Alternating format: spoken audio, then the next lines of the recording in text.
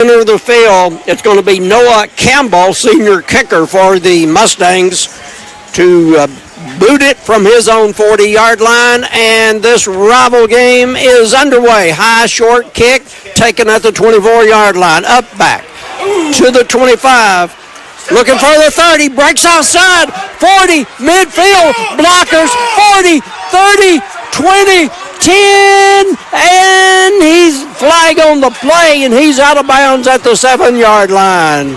That's the kind of start that Cleveland was looking for. There's a late penalty flag down here for an illegal block, but Cleveland's still going to be in Walker Valley field position after the penalty walk-off. Shropshire was the up back that took it near the 24, weaved to the right side, and then down in front of the Walker Valley bench he went, and a block, as Greg said, illegal block, and so that's going to be against the Raiders, and it's going to move the ball back a little bit, but an electrifying kick return by Shropshire. Terry, if you're going to kick it short, you got to kick it high. Right. It was almost a line drive kick that gave Shropshire plenty of time to let the blockers get set, and he came up the right sideline, and great job by Cleveland right there, blocking and creating the wall over here on the right side. So it's going to be Blue Raider football at the 25 after the mark-off of the penalty, 25-yard line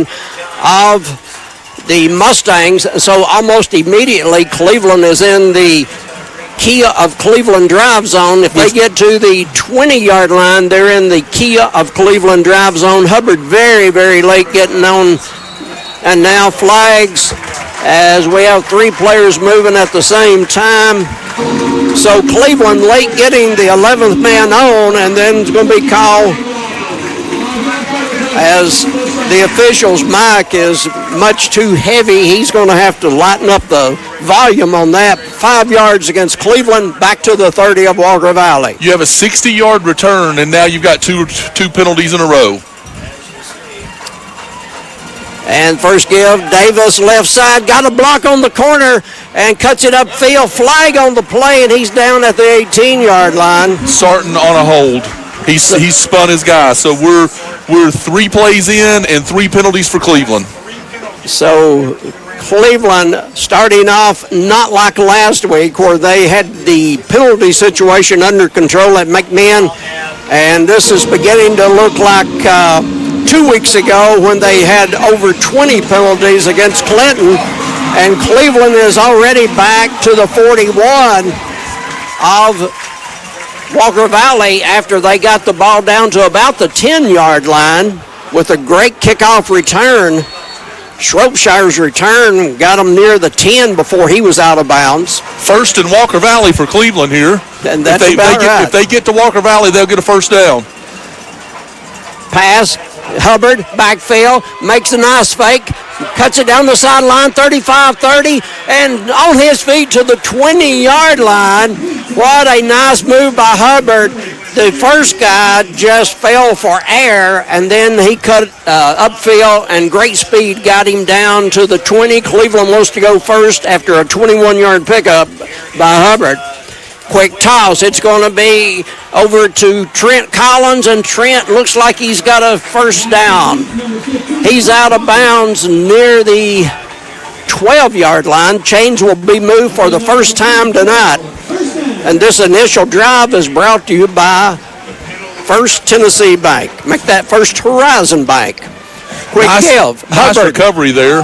left side, nothing. He's dumped for a loss back at the 20-yard line. Big loss on the play. They go to the wide side, Greg, and Walker Valley was there and contained quite well. Yeah, Walker Valley did a really nice job of stringing that out and gave their linebackers time to get there and make the tackle.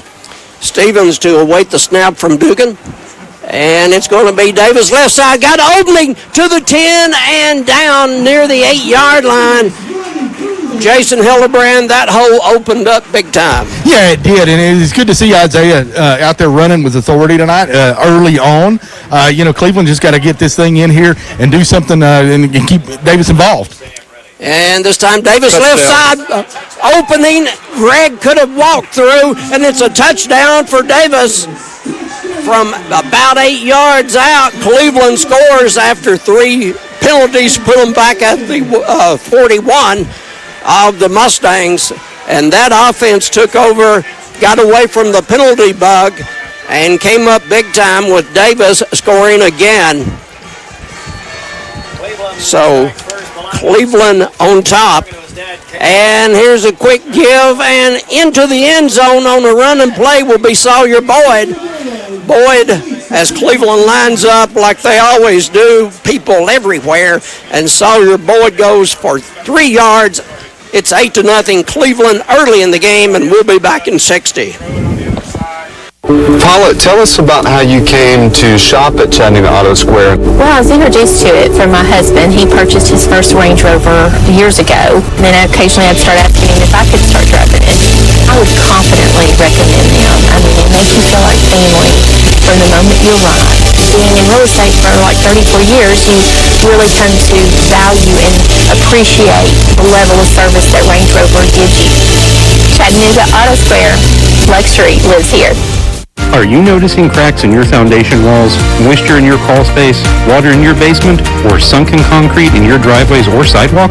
If so, these are classic signs of foundation and settlement issues. You need a local repair team that can solve the problem with a lasting solution. USS has been repairing homes in Chattanooga and throughout Tennessee for 30 years. For peace of mind, schedule your free estimate today at www.usstn.com/Chattanooga. And after the Sloan Bolaños kickoff, it rolls into the end zone, so Walker Valley will touch the ball first, Greg Phillips, at their own 20. Well, Cleveland established themselves right there, so now Walker Valley's got to come back right here, and they need to put a drive together to do the same. So Cleveland opened the game with a Shropshire tremendous return down near the 20. Cleveland came away with 3 penalties after 2 plays. And it was back to the 41 of the Mustangs, and then Cleveland took control, and Davis scored from about 8 out. Sawyer Boyd for the 2-point run. It's 8-0, and touching the ball for the first time will be the Mustangs at their 20. Dawson Strum is the quarterback, number 4. He's got a full backfield, and they were going to run with 2 blockers up front, and for about 3 yards straight ahead. So a full backfield for Walker Valley as they use, I don't know if they've used that formation much, Greg, but anyway, Spencer McCooch running for about 3, but there was three backs back there with Dawson Strum. Yeah, that's a very tight formation. Walker Valley typically spreads it out more, but they still got a couple of guys in the backfield with Stum. Motion to the right side, and it's going to be again to the 25-yard line. Spencer McCooch running the ball. He's a junior. His older brother, number 8, Hudson McCooch, a senior. Big play right here early in the game, Terry. Third down coming up at the 25, so they need 5. Walker Valley with a very experienced offensive line, 4 seniors and a junior up front. McCooch, motion, and here comes the pressure. They have to throw the ball quickly. It's picked at the 14-yard line by Shropshire. They call it incomplete. It hit the ground. So almost a pick.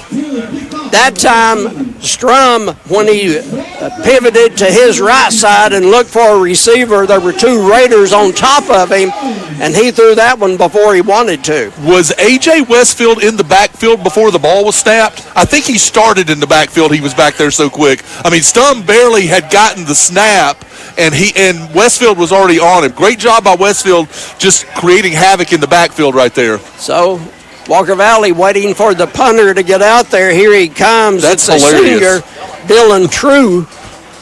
So True late getting there. 4th down and 5. And here's True, left-footed kicker, high, short punt. It's going to hit near the 42 of the Mustangs and finally die at the 48. Those things happen when you when you're not prepared and you get out there late, those things happen. It's just Walker Valley is playing with not playing with great discipline right now, and that's Coach Akins, I'm sure, is on the sidelines talking about that. So, again, great field position for the Blue Raiders. 2-0 on the year, ranked number 7 in the state. Walker Valley 2-0. And in 5A, they're ranked number 4 in the state. That's how I felt. You know, I did the pregame. So Chase Stevens to get the snap. McGowan. McGowan's in the game. I look up. You're right, Greg. McGowan in the game for the second series. Yeah, I was told he would be in the game quickly. Quick toss going to be caught by Hubbard, and Hubbard goes down. Might have got the line at best, Jason. Yeah, you look at right there, and one thing, being a little bit critical of Hubbard here, if he catches it and just keeps going forward, he's going to pick up positive yards, but he started running backwards and to the sideline and got tackled for a loss there for Cleveland. McGowan's first completion of the year. Up to then, he was 0 for 1. Deep down the middle of the field for Braden Carroll. He's got it. Is he in? No. At the 1-yard line, Braden Carroll on a deep post brought it in. McGowan laid it out there big time, and Braden Carroll ran under it.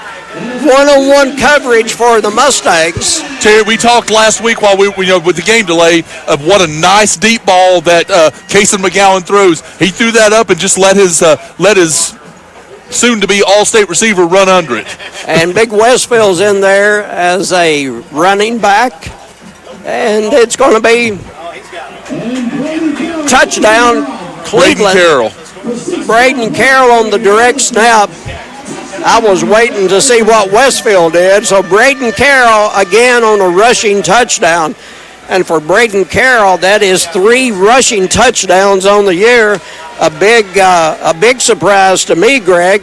No receiving touchdowns for Braden, but he almost had one on the big play. Well, they're finding, he's getting double covered a lot, and they're finding ways to get him the football because he's such a dynamic player. So Bolaños to attempt the point after. Green gets it down. Kick is good. So quickly here in the first quarter, with 7:17 to go on the first quarter clock, Cleveland goes to a 15-0 lead, and we'll be back in 60. Sports on Mix 104.1, supplied all season long by Wholesale Supply Group, open to the public. Do you suffer from unsightly leg veins? Are your legs turning brown or swelling? Do your legs feel heavy, tired, or achy? Do you have restless legs or leg cramps disturbing your sleep? These symptoms are signs of bad veins. Dr. James Gooden at Milligan Vein offers an office treatment that can make you look and feel better, and your procedure is covered by most insurance. Find more information online at milliganvein.com or call Dr. Gooden today at 423-961-5682 and get rid of those bad veins. L&B Appliance is your one-stop appliance shop, locally owned and operated, serving this area for over 30 years. They offer sales and service. L&B Appliance, located on Durkee Road at Highway 64 in Cleveland, 423-339-3231. L&B Appliance, large enough to meet all your home appliance needs, small enough to appreciate your business. Bolaños kicks off Cleveland up at 15-0, and we're not halfway through the first quarter as Bolaños will put it in the end zone. And again, for the second time in the game, Walker Valley has it at their own 20. Bolaños has a little bit of a dribbling going right now. He's kicking it into the end zone, 2 touchbacks, and that's exactly what Cleveland wants to do. They want their opponent to start at the 20 and not give them a chance to return it. So nice job by Bolaños right there. Let's see if Stum and company can get rolling here. They had a tough first possession, a 3-and-out. So we'll see what they can do here. A lot of pressure applied on the third down play by Westfield. So Stum out of the gun. And Westfield will line up right over center. No, excuse me. He's going to be over a right tackle. Yeah, Westfield. Now they swap. Yeah. So here's a give up the middle, and McCooch will be short of the 25. Good running that time by Spencer McCooch. He runs hard. He just doesn't have anywhere to run. Walker Valley's stuffing it right now. It will be snapped, hash mark, Walker Valley side of the field. Nate Carter in there, Westfield. And so, again, same set. Motion to the right side, gives them 3 receivers over there. It's going to be a give coming around and getting the ball, but nothing going down. They might have lost yards on that play. Roman Yulo, a junior wide receiver who had a great game last year against the Raiders, this time carries the ball instead of out in the pattern, and that one got nowhere. I think you're right, Terry. I think he lost a yard on that. So Cleveland defense was not fooled by that at all. So it's going to be 3rd down and 7 for the Mustangs at the 23, their own 23, second drive of the game. Terry, thus far I've been very pleased with Cleveland, with the way Cleveland is prepared. They've been ready for everything that Walker Valley's brought at them. Stum down the right sideline, has a man, incomplete. Is there going to be a flag? There's no flag. There was a lot of contact. There was some guys getting together trying to get open for the ball, intended for Yulo, but goes incomplete. He was a weapon last year. Yeah, there was a lot of contact there, but no call. So it's going to be punting time again, and this time Dylan True again out there, the senior left footer at the 10-yard line. Good snap. He gets it away, kicking away, well, this much deeper and higher, and touches a Mustang at the Cleveland 37, or it could have gone further. The ball hit near midfield and was rolling downfield, but a Mustang got in the way. That's a terrible mark. He touched the ball at like the 39, and he gave him the roll. Wow. Hey, all right. I want to say they gave forward progress on that, correct? Apparently, because he touched the ball at the 39. That's where it should have been marked. So anyway. That's hilarious. It will be official at Cleveland's 36-yard line for their 3rd series here in the first quarter, leading 15-0. Davis motion. They're going to toss the ball to him left side. 2 blockers in front. Davis is going to be brought down at the 42-yard line. So near 5 on the carry. Blue Raiders go 4 receivers to the left side. Davis, and he's looking for blockers. Although he had 3 people out there in front of him, he didn't get too many blocks. Only to the 44. Terry, I had looked down. Was that a pass or a run? Pass. So Davis on the reception. It's 3rd and 1 at the Cleveland 45. Pass going to be complete. Sawyer Boyd block out front. He'll have the first down as Sawyer Boyd got a block from Trent Collins to get the first down. Another Cleveland Ford first down here in the first quarter. Nice job by McGowan right there, distributing the ball, getting the ball to people in space. Stevens fires. It's going to be caught. And across the 40-yard line inside to the 37-yard line will go Braden Carroll. And, Greg, I think you've hit the nail on the head a couple of times. Cleveland's defense prepared for what they've seen, and the offense settling down and converting. Yeah, since those 3 penalties, they've played mistake-free football and have moved the ball every single play. Davis left side, hesitation. He goes down, nothing there. I spoke too soon. Maybe didn't get to the line fast enough that time. No, Walker Valley crashed on him that time and got to the edge and was able to get him down. From the Walker Valley 39-yard line, Cleveland up at 15-0. Sawyer Boyd, second reception. Sawyer goes to the 30, and they will give him the 29-yard line, move the chains again. 4:19 to go in the first quarter. Cleveland up 15-0. So Stevens getting the signal from the side. It's going to be Collins to the right side, Twins to the open side, the left side. And a new runner in the game, and he'll get to the 25-yard line and be thrown back. Gage Parker on the carry, a junior. So Parker for a couple of yards. At the 26 of the Mustangs, Cleveland to the attack. Parker left side, and he close to a first at the 20. Yes, he does have a, and let me back up, short of the first. So Cleveland run that hurry up offense, and it's worked quite well. Parker goes out, Davis back in. Stevens. Davis left side, opening down the sideline to the 10, to the 5, and forced down. They are moving the right side of the defense for the Mustangs out of the way. Yeah, they see something on that side. They haven't tried to run the ball to the right side yet.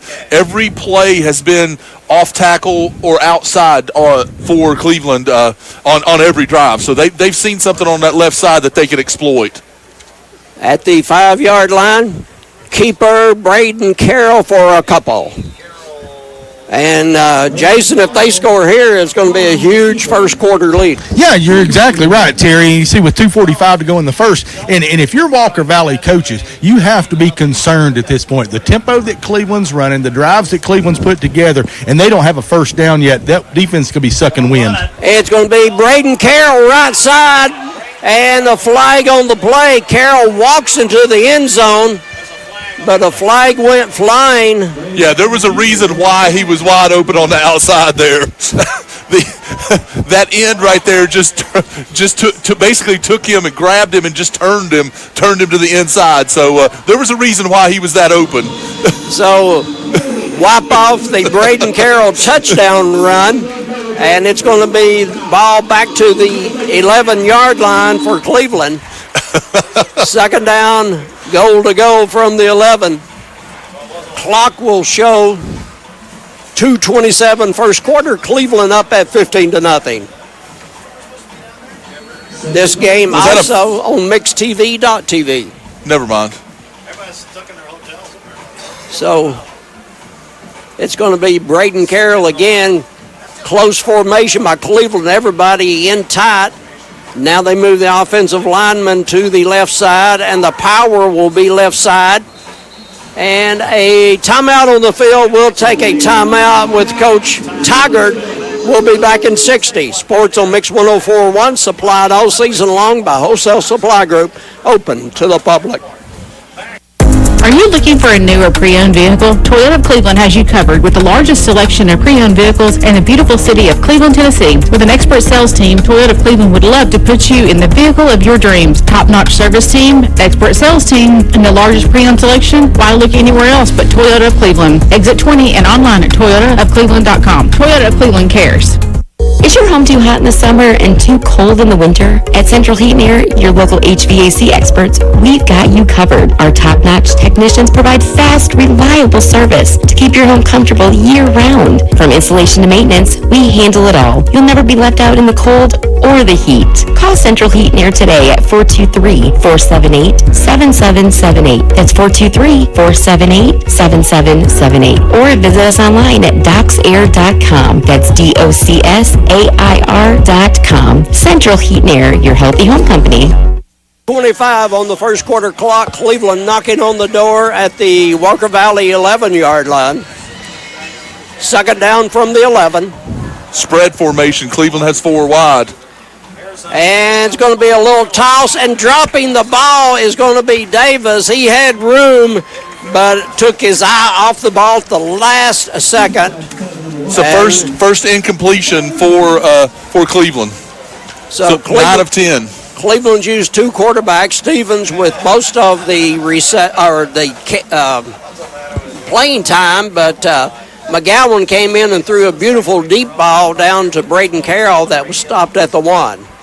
Stevens backs up, looks deep, left corner, touchdown, yes! Sawyer Boyd looked like he was trying to hang on, Greg. Maybe instant replay would show whether his foot came down in bounds, but it's going to be ruled at the back of the end zone. Touchdown, Cleveland. Sawyer Boyd's first touchdown catch of the year. Luckily, he had a little bit of extra room there to get the ball because he bobbled it, and I think he still was able to get that 1 foot down. So nice job. Nice pass right there by Chase Stevens. Yeah, Boyd just went straight ahead, and Stevens put the ball in the air before he made his turn to the outside, and the ball was there just in the nick of time, and Sawyer Boyd hangs on for his first touchdown of the year. Point after Bolaños. Good. So the Blue Raiders extend that lead to 22-0 here in the first quarter. We'll be back in 60. Mix 104.1 is powered by Duracell.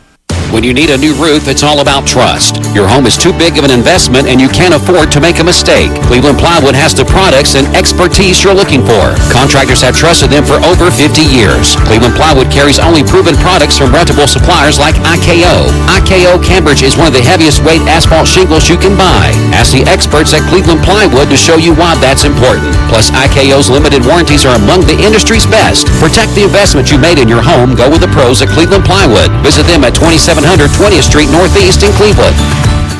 Paula, tell us about how you came to shop at Chattanooga Auto Square. Well, I was introduced to it from my husband. He purchased his first Range Rover years ago. And then occasionally I'd start asking him if I could start driving it. I would confidently recommend them. I mean, they make you feel like family from the moment you arrive. Being in real estate for like 34 years, you really come to value and appreciate the level of service that Range Rover gives you. Chattanooga Auto Square, luxury lives here. And the Bolaños kickoff goes 8 yards deep in the end zone. Greg, last year he wasn't reaching the end zone on kickoffs. This year he is. No doubt. I mean, a great job. Again, that's a big part of the game. Is this part of the game? So Walker Valley doesn't have a chance to get a return, and they're getting it. Score from Bradley Central, Maryville tonight in a big game, big region game up there. Maryville's up 21-0 in the first quarter. And, to be honest about it, not a surprise. No. Maryville was down a little bit last year, but I think they were young. I think they're the real deal this year. And it's going to be McCooch. Cleveland misses a tackle. He's still on his feet, and he'll go across the 30, 35, and actually that's going to be Javen Hall. Yep. Javen Hall's first carry of the game. The junior running back gets the first down for Walker Valley. Nice blocking at the point of attack, and Cleveland didn't have a linebacker where they should have been. Yeah, that's a nice play and a play that Walker Valley needed. 18 yards on the carry. And give it to Hall again. He's going to be hit and drop 1 yard on the pickup. So Walker Valley needing new life, trailing here in the first quarter at 22-0 as we have 1:40 on the clock. Walker Valley will have twins to the Cleveland side of the field. Magooch will be the slot receiver. Stum trying to draw Cleveland off, but they don't fall for it.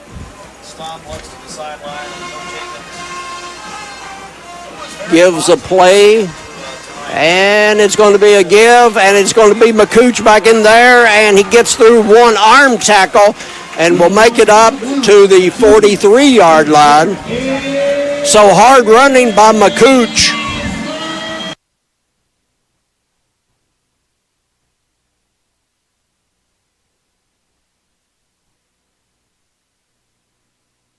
Hey guys, this is Dan Good from Crown. Just reminding you that Crown Jeep and Ram is Cleveland and Bradley County's Jeep and Ram headquarters.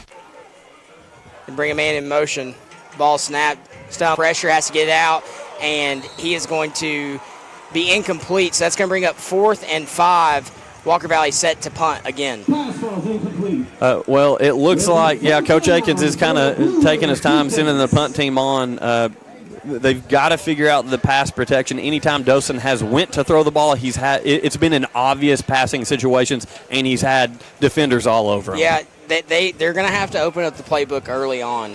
They're expecting run on first and second, and we've thrown on third down. We're going to have to allow Dosen to kind of open up the run lane with his arm, but that means that we're going to have to start throwing earlier in the not a good punt by the Mustangs. Going to take a Raider roll. That's about the worst case scenario right there. That came off the side of his foot, probably from the line of scrimmage, went maybe 10 yards and bounced out at the Cleveland 49-yard line. Yeah, if you're Coach Akins, you just got to get to the end of this quarter and you've got to get your team together, round them up and say, if you want any chance at this tonight, we're going to have to clean some stuff up. Yeah, in a game like this, that cannot happen. You've got to at least set yourself up in a field position battle.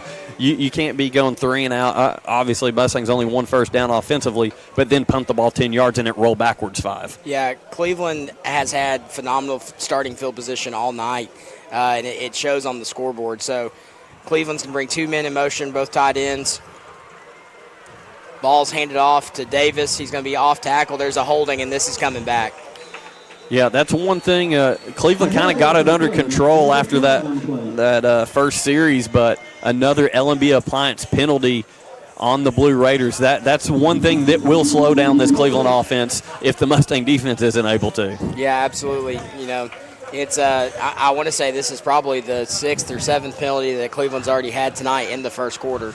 Jacob, one thing that I just observed here on the sideline, Dosen Stumbs over there talking to Hudson McCooch. I can tell they're kind of breaking some stuff down with each other, and Dosen patting McCooch on the back saying, hey, listen, this is what we're going to do. You can just tell by the body language, very positive from Dosen.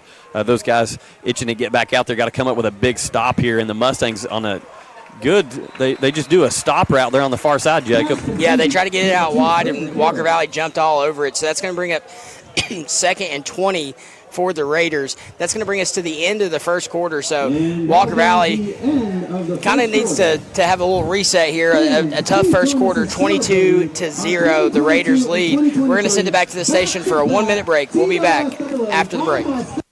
Hey, Grandpa. Jimmy, what you working on? Trying to get my HDMI receiver and game system synced to the LED TV, but it's not working. Sounds pretty complicated. Need some help?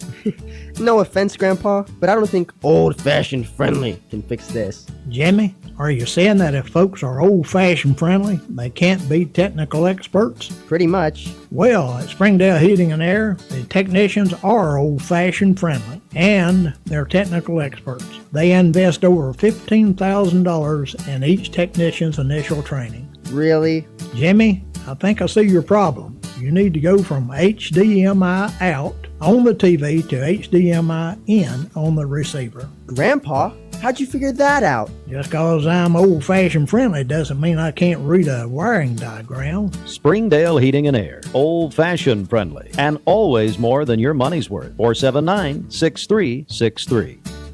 Welcome back to WCLE 99.1, your exclusive home for Walker Valley football, supplied all season long by Wholesale Supply Group, open to the public. Your score, Cleveland 22, Walker Valley 0, entering the second quarter. Cleveland opens up and trips. Ball is snapped. They're looking deep, feeling some pressure. Ball is caught. Ball's out. It is in and out of the hands. A great hit there by the Walker Valley defender. So are they going to rule that an incomplete pass? They are. So it looked like he caught it and made a couple steps, and then he was absolutely lit up by Jerry Pugh, number 21, Jeremiah Pugh. So Cleveland switching in to their second quarterback here. It looks like number 10, McGowan's going to come on the field. Do not be surprised.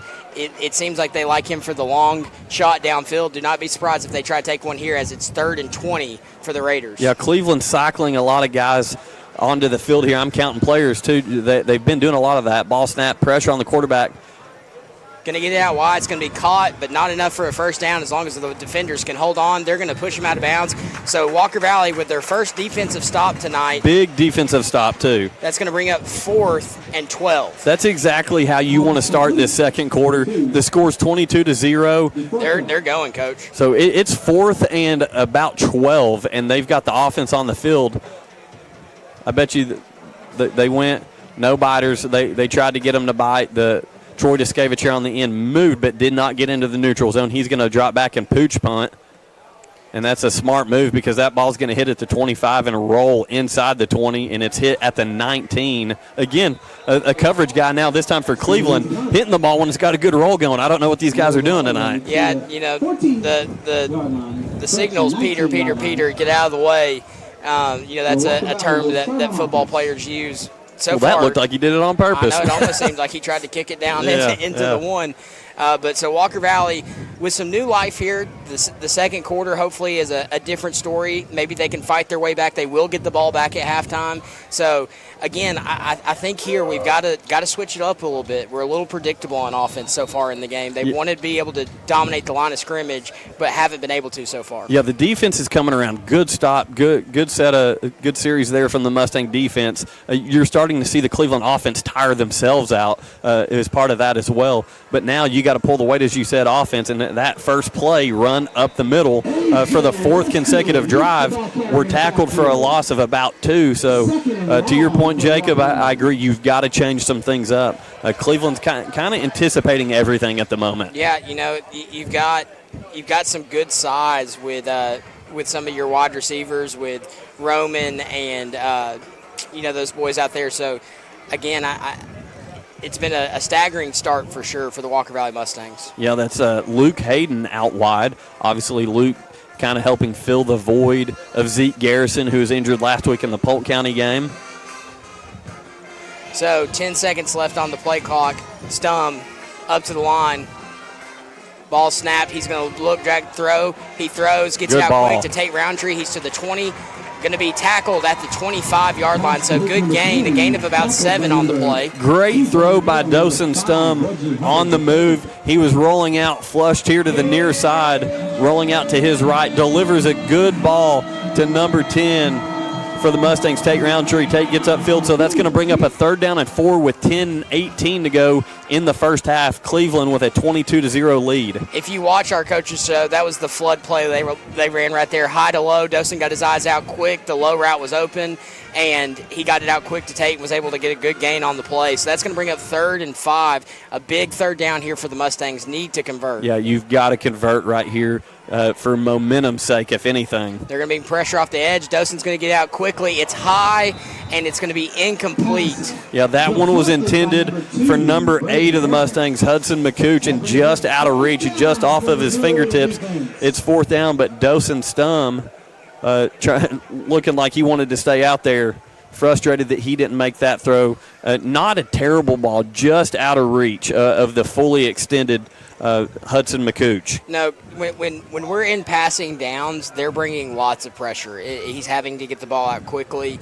When it's an obvious passing down, we've struggled so far to pass protect. So here comes the Walker Valley punt, the Cleveland Utilities power punt. It's caught. It's up, it's kicked, it's a line drive. It's going to bounce at the 40 and take a big roll. Cleveland's going to field it, make the first guy miss, and he's got some room to run. He's to the he slips. He got tackled by the turf monster. Listen, he had a convoy in front of him, too. If he doesn't slide there, he's probably taking that one to the house. So the turf monster helping the Mustangs out a little bit there. So 22-0 Cleveland at the moment. It's 1st and 10 Cleveland from their own 43-yard line, and let's hope this Mustang defense can get back out and not only reap the benefits of some penalties, but make some plays here. I'd love to see a turnover right here, Jacob. A turnover would be huge here. Kind of force Cleveland's hand to make a mistake and get the ball back and go down and score. So ball is going to be, they're going to bring a man in motion. They're going to bring Davis back into the backfield.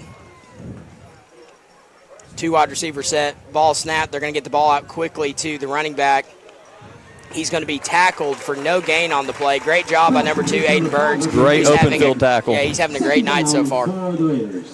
Yeah, Aiden Burns coming up from that safety position as the Cleveland receiver was being flushed out here to the near side. Once again, Cleveland working from right to left where we are in the visiting press box. Billy Haney Meat Company scoreboard update, Maryville 24, Bradley 0. That game's in the second quarter. Ball snapped. It's going to be a handoff out wide to Davis. He's going to have some room to run. He's going to get a gain of about 5, maybe 6 on the play. So that's going to bring up 3rd and 5 for the Raiders. And they're on the ball quickly. So ball snapped.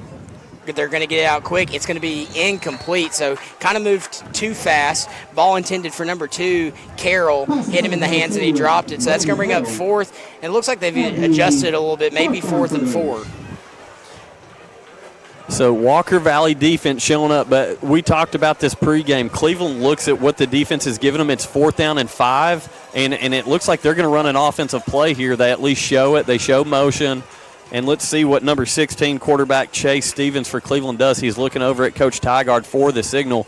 Last time he did drop back into that pooch punt, and it looks like they're going for it. That's going to be a quarterback keeper. That's a hold. He got tackled. Thank you. Okay. There it is.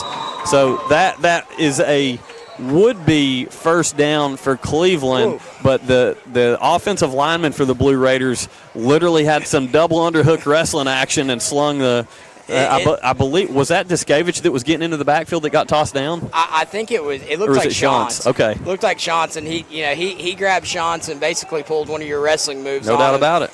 Sorry to jump on that there, but we knew that one was coming back for the jump. Wojtek Center for Orthopedic Care. For all your orthopedic needs, Wojtek.com. Dale's Heating and Air.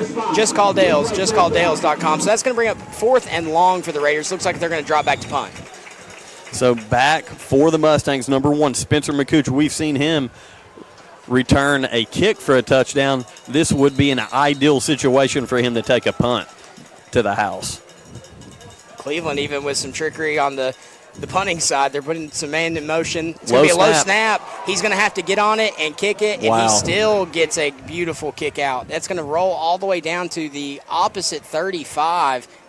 Going to roll all the way to the 33. Could have been a golden moment for the Mustangs. That snap went between the punter's feet. He had time to turn around, pick it up, get back upfield, and punt the football. But with that crown, your Jeep and Ram headquarters in Southeast Tennessee, visit them on I-75 at exit 20. Also, Dell's Heating and Air, justcalldells.com.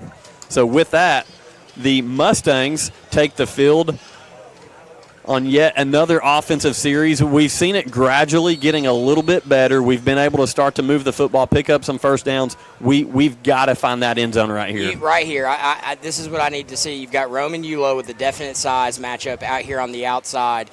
I think you've got to go play action pass and try to make something happen out wide with him over here all by himself. He does have a safety floating over top. It looks like he's going to inch his way closer to Roman. And Cleveland has played run first down every time so far, and Dosen is going to throw out of this one, and it's going to be complete to Roman Yulo down to the 50-yard line on cue. Play action pass, great job. Again, that was a predictable play to call, but still Cleveland had to respect the run, and Roman was with the size matchup was able to get in on the post right there and take it all the way down to the 49, 1st and 10. Once again, that's a Bradley Concrete Lamcon Ready Mix, first down Mustangs. So Cleveland leads 22-0 with 7:48 clicking down on the clock. Stum back in the backfield, taking his time, 15 on the play clock. Ball snapped. It's going to be handed off to Hall. He's going to have a little bit of room to run. He's going to have the pile pushed. He's still going. He's down to the 35. That's what I'm talking about. And he's going to get the first down. A Bradley Concrete and Lamcon Remix first down. A gain of 3 turned into a gain of 12. Listen, the element that Javen Hall brings to the game, it's a grit, it's a toughness, it's a power. I love when he runs the football. Definitely, if we can mix in some of these passing downs in situations when Cleveland's not sending the house as we did on first down there and mix Javen in with the power game, we could possess the ball and pick up a lot of first downs. Ball snap. It's going to be handed off to Hall again. He's got some room to run. He's to the 35 down to the 33-yard line. So the clock down to 6:34 here in the first half. Blue Raiders with a 22-0 lead over the Mustangs, but the Mustangs are driving 2nd down and 5 from the Cleveland 32-yard line. 28 seconds left on the play clock. Stum snaps. It's going to be a pitch.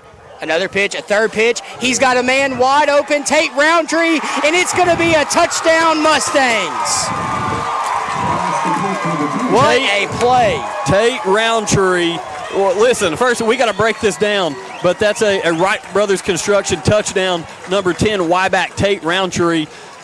Dawson, you got to help me here. Dawson gets the ball out. I believe the first person to have it was McCooch. I got you. It's a pitch to Spencer McCooch. Yeah. A pitch back to Roman Yulo. Roman Yulo then pitches it back to Dawson Stum. Sneaks out Tate Roundtree to the 10-yard line. Wide open down the sideline. Goes up and high points it and walks it in. Attaboy, Jacob. I'm getting too excited over here. Great play call. That's the time you want to mix that stuff in there. Mustangs on the board for the first time tonight, getting set for. So there was an LMB appliance penalty. It's a 15-yard penalty, unsportsmanlike conduct after the touchdown that will be enforced on the kickoff. So right now 22-6, Cleveland with the lead, pending this Mustang extra point attempt. I don't know if you can hear, but I think there's some people that disagree out there, Coach. Yeah. Good snap, good hold. Kick is up. It's through the uprights. The score, Cleveland 22, Walker Valley 7. Mustangs are getting back in this thing. We'll be back in 1 minute. Tennessee Valley Urology is the home of the no scalpel vasectomy. Find out more at tnvalleyurology.net or call 423-472-3201. Caldwell Paving, paving the way in Tennessee since 1958. Caldwell Paving specializes in asphalt paving and seal coating. They serve residential clients, industrial and commercial companies, and subdivision projects. Conveniently located in Charleston, Caldwell Paving serves all of Southeast Tennessee. Caldwell Paving, old surfaces made new. CaldwellPaving.com. When most people think of plumbing and electrical supply houses, there's an idea that they're just for plumbers or electricians or builders to shop at. Wholesale Supply is proud to be open to the public and proud to serve our communities. By supplying the best quality products for the best prices with the best service guaranteed, Wholesale Supply is your one-stop shop for everything plumbing, electrical, and HVAC. To find a location near you, visit wholesalesupply.us for more. Helping build communities in the Southeast for over 80 years is just what we do. Welcome back to WCLE 99.1, your exclusive home for Walker Valley football. Supplied all season long by Wholesale Supply Group, open to the public. Chick-fil-A located on Keith Street, Paul Huff Parkway, and you can download the Chick-fil-A app today. Love me some Chick-fil-A, Jacob. The kick after the penalty from the 25-yard line, it's going to be a line drive taken at the 22-yard line by the Raiders. He's to the 30. He's going to be tackled, I think, maybe by the – no, not by the kicker. Tackled at the 45-yard line where the Raiders will take over with good field position. Yeah, that was number 22, Kason Cunningham, the sophomore, coming up making a big play there. Got his helmet twisted around a little bit on the tackle, but he came up and made the play. Good job, Kason. So Walker Valley is in an important important defensive stand right here. They do get the ball back at halftime. 6:19 left in the second quarter. Your score, Cleveland 22, Walker Valley 7. Hey, for good luck, got to give a shout-out to our buddy Mark Walker down in Gulf Shores, Alabama, listening to the Mustangs, and he said, throw, baby, throw. He likes that pass there. So good to hear from Mark. Cleveland with the ball at their own 45-yard line. Nope, Stevens going to hand it off to Davis out wide. They're going to keep the flags in the pocket. Looks like he's going to be pushed out of bounds at the 47. Well, that was actually number 2, Aiden Burns, making the tackle out to the sidelines. Tackles take to a pass out there again, and it looked like someone almost got hurdled there but was forced out of bounds by Michael Wood. So that's going to bring up 3rd and short for the Raiders, moving quickly here. 5:55 there, score 22-7. It's going to be 3rd down and 3. Yeah, this is where you've got 5 minutes, 55 seconds till half. It's 3rd and short, but you've got to keep Cleveland out of the end zone. If you give up the first down here, that's fine, but you've got to get set, dig your cleats in, and make sure they do not get points in this drive. Ball snap. That's a fumble. Lateral. That's a fumble. Picked up by the Mustangs. He's going to take it to the house. He's to the 20, to the 10, to the 5. Touchdown, Mustangs. Number 2, Aiden Burns. That was a backwards lateral. The ball was thrown to the running back. Live ball situation. Aiden Burns scoops it up at about the 40-yard line, takes it to the house. The Mustangs are back in this ball game with that Wright Brothers Construction touchdown. Again, sorry for screaming in your ear, everybody. We're getting fired up over here. Again, a huge mistake there by Cleveland. Bobbled the throw. It was a lateral throw and scooped by the speedster, number 2, Aiden Burns. Your score now 22, Walker Valley 13 with the extra point pending. Our extra points are sponsored by Independent Installation Services. Sorry, guys, we are pumped up here. The kick is no good, so that's going to be 22-13. Can't have that happening. 5:34 to go till halftime. Mustangs back in this thing. Cleveland 22, Walker Valley 13. We'll be back in 1 minute.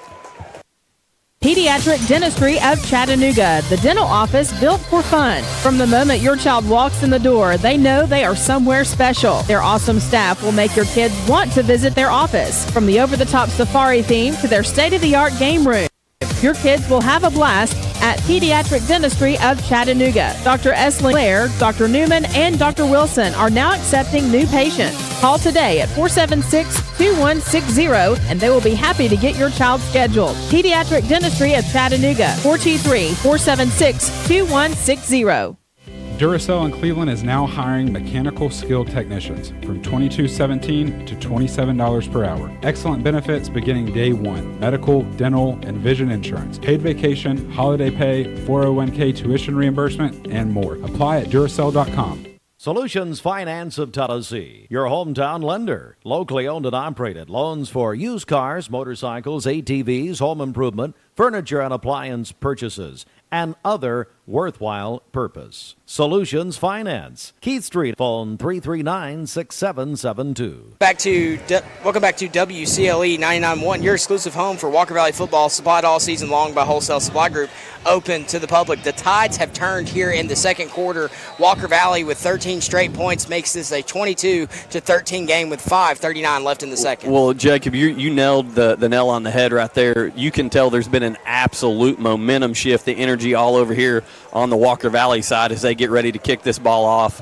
And let's see if we can get a good kick here. No penalty this time. Kick is up. It's going to be fielded at about the 6-yard line. He's going to take it to the 15. He's to the 20. He's got a lane. This is scary. 25. There's a flag. Here's a block in the back. Cleveland is killing themselves on these big play potentials with penalties. Yeah, a block in the back, which kind of opened up the lane on the outside over there. So, again, they're going to pin themselves deep. And something that Cleveland doesn't do themselves favors with this fast-paced offense is they've given Walker Valley a chance to get back in this ball game. Up 22-0 coming into the second quarter and have not taken much time off the clock and allowed Walker Valley to have 2 straight scores. Dell's Heating and Air. For all your heating and air needs, just call Dell's, justcalldells.com. 5:28 to go till halftime. As we said, we'll say it again, Mustangs back in this thing. Beautiful sunset over the horizon there. Cleveland 22, Walker Valley 13. Cleveland, they're getting backed up after that penalty, and it looks like they're going to start this drive. The officials are trying to figure it out on the field at the moment as they turn on that microphone that's right above us, that speaker. So the ball is going to be spotted at they're marking it from the penalty, which was at the 30-yard line. So Cleveland is going to go from great field position all the way back to the 20-yard line. So I expect some trickery here for Cleveland. They're going to try to win the momentum back here in the game. It seems like it's switched. Twin set to the home side, single to the away. It's going to be a handoff to Davis, off tackle. He's going to keep his feet. He's still moving. Got to wrap him up. Guys are getting to him there. That's part of the greatness of Isaiah Davis. Keeps his legs churning. Was able to fight off a tackle. Great hips there. Got him off of his legs and kept running. So 5:09, ball snapped, quick out wide, in and out of the hands off the helmet of number 5 by the Raiders wide receiver. I got excited because had that ball bounced our direction, we're getting another turnover there. Real quick, I want to let everyone know we appreciate our friends at the 24/7 Movement and also at ATS The Bridge for helping us with our pregame setup tonight. So 3rd and short here for the Raiders. They're going to hand the ball off to number 1. He's got some room to run. It looks like he's going to have enough for the first down. Coach, what a beautiful sunset we've got in the background right now. Yeah, if you're familiar with Benny Monroe Stadium, we're on the old Cleveland home side, which is now the visiting side. So we're looking towards Cleveland State, toward the high school itself, Cleveland State Community College off in the background, that ridge there. Beautiful view from where we are. Ball out quickly, caught. Going to be a gain of about 9, maybe 10. Yeah, that's complete to Braden Carroll right down the sideline. That's enough to move the chains. That is a first down Cleveland with 4:36. Clock continues to roll till halftime. Ball snapped quickly. First man hits him, but not able. Looks like there's a flag on the play. Another holding call, I believe. McGowan's pass complete to number 15, Trent Collins. So Cleveland's moving quick enough to make us stumble. So what was a first down and completion, we'll see what happens here. Yeah, they're getting ready to march it that way, it looks like. So I believe that is going to be against the... Excellent feedback in that speaker. So another L&B Appliance penalty. Let's give them a good plug here. Large enough to meet all your appliance needs and small enough to appreciate your business. They're located on Durkee Road and Highway 64. Where's that? That's got us all the way back. The Blue Raiders have the ball now back in their own territory at the 39-yard line. So it looks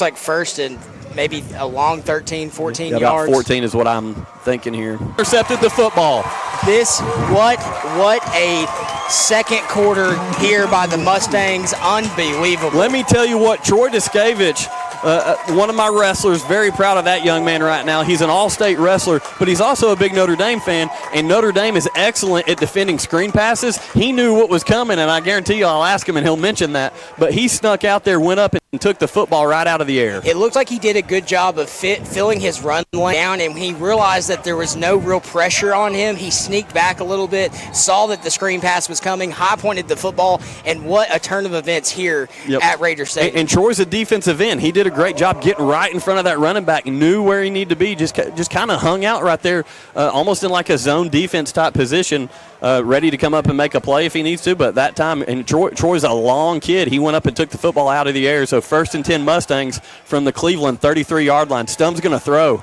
He's got a man. He's open, and it's going to be pass interference. That's a huge pass interference. So that one was intended for number 6, Roman Yulo. He goes up and gets absolutely drilled way before the ball was even there because the defensive back knew he was beat. Yeah, and, one of those when it's in the end zone, I kind of like what the NFL does. That's a touchdown. Yes. That's a touchdown play. And what they do in the NFL is they move it all the way up to the 2-yard line to give that offensive advantage. In high school and in college, it's just going to be a 15-yard penalty. But if it occurs in the end zone, in my opinion, that's something that we need to look at because, we just took 6 points off the board. Yeah, Roman Yulo with a huge size advantage on this corner for Cleveland as well. That's number 14, James that's Walker Valley's 14. Number 14 for Cleveland, Nathan Shropshire. And Troy jumped up and was waist, head, and shoulders above the defender as he was tattooed there. So first and 10 now from the 15. It's going to be a handoff to McCooch. He makes first guy miss. He's in for 6. Give him 6. Touchdown, Mustangs.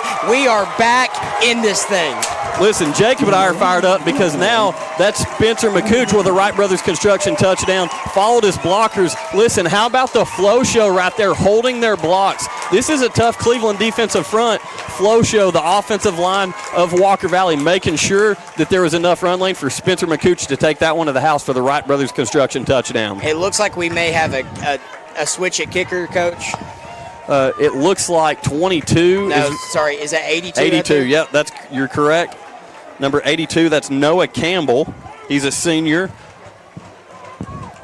So the Mustangs have brought this thing back, and they're going to get the football back at halftime. There's still 3:50 left on the clock, which is hard to believe. This is unbelievable. I did not anticipate this being as high scoring as it already is. Ball snap, kick is up, and it is good. So your score, Cleveland 22, Walker 20. Hey, 2-point ball game. We'll take it. Considering the way this thing started, you're down 22-0. Drew Aikens Mustangs have responded. We're going to take a 1-minute break. We'll be back. We got 3 minutes and 50 seconds till halftime. This is Dr. Brian Beard with the Center for Cosmetic Dentistry. My dad has been serving the Cleveland community for 50 years, and I'm coming up on 30. So 80 years of combined dental care for our friends and family in the town I grew up in. So what you get is 80 years of experience, and we do nothing the way we did 50, 30, or even 20 years ago. We are passionate about your dentistry and offering the latest and greatest dentistry has to offer. Give us a call at 476-6541. Thank you for choosing Whirlpool, where we are committed to being the best global kitchen and laundry company in constant pursuit of improving life at home. For more information on Whirlpool, please visit whirlpool.com. Do your legs feel heavy, tired, or achy? Dr. James Gooden at Milligan Vein offers an office treatment that can make you look and feel better, and your procedure is covered by most insurance. Visit milliganvein.com or call Dr. Gooden today at 423-961-5682. Welcome back to WCLE 99.1, your exclusive home for Walker Valley football, supplied all season long by Wholesale Supply Group. What was a 22-0 ball game, Walker Valley in the second quarter with 20 unanswered points set to kick. Jacob, you're getting me fired up all over again. Kick is up. It's a high one. It's going to be taken at the 10-yard line. He's to the 15, to the 20. He's going to try to bounce this out wide. Flush back in. Walker Valley holds on, and he is going to be strip the football. They're going after it. They're going after it, too. I love it. I'm fired up, Jacob. This has been a game that I did not expect. But I expected an exciting one, just not like this. I got to be honest. When we come out of the gate down 22-0, I'm thinking this is going to get ugly really quick. I'm just being honest. And this Mustang team has responded in a way like I've never seen before. Just unbelievable effort, not only on the defensive side of the ball. Cleveland's kind of hurting themselves running so quick. They're tired on offense. We're making plays. We're hitting them. We're a hard-nosed football team, and the tide has definitely turned in the Mustangs' favor now with 3:39 to go till halftime. Cleveland now with only a 2-point lead, 22-20, and it looks like they're going to go heavy package and try to slow things down. Yep. Ball is going to be snapped. It's going to be handed off to Davis. Makes the first couple guys miss. Got to wrap them up, though, I know, guys. hopping over some guys that are on the ground and gets a gain of about 10.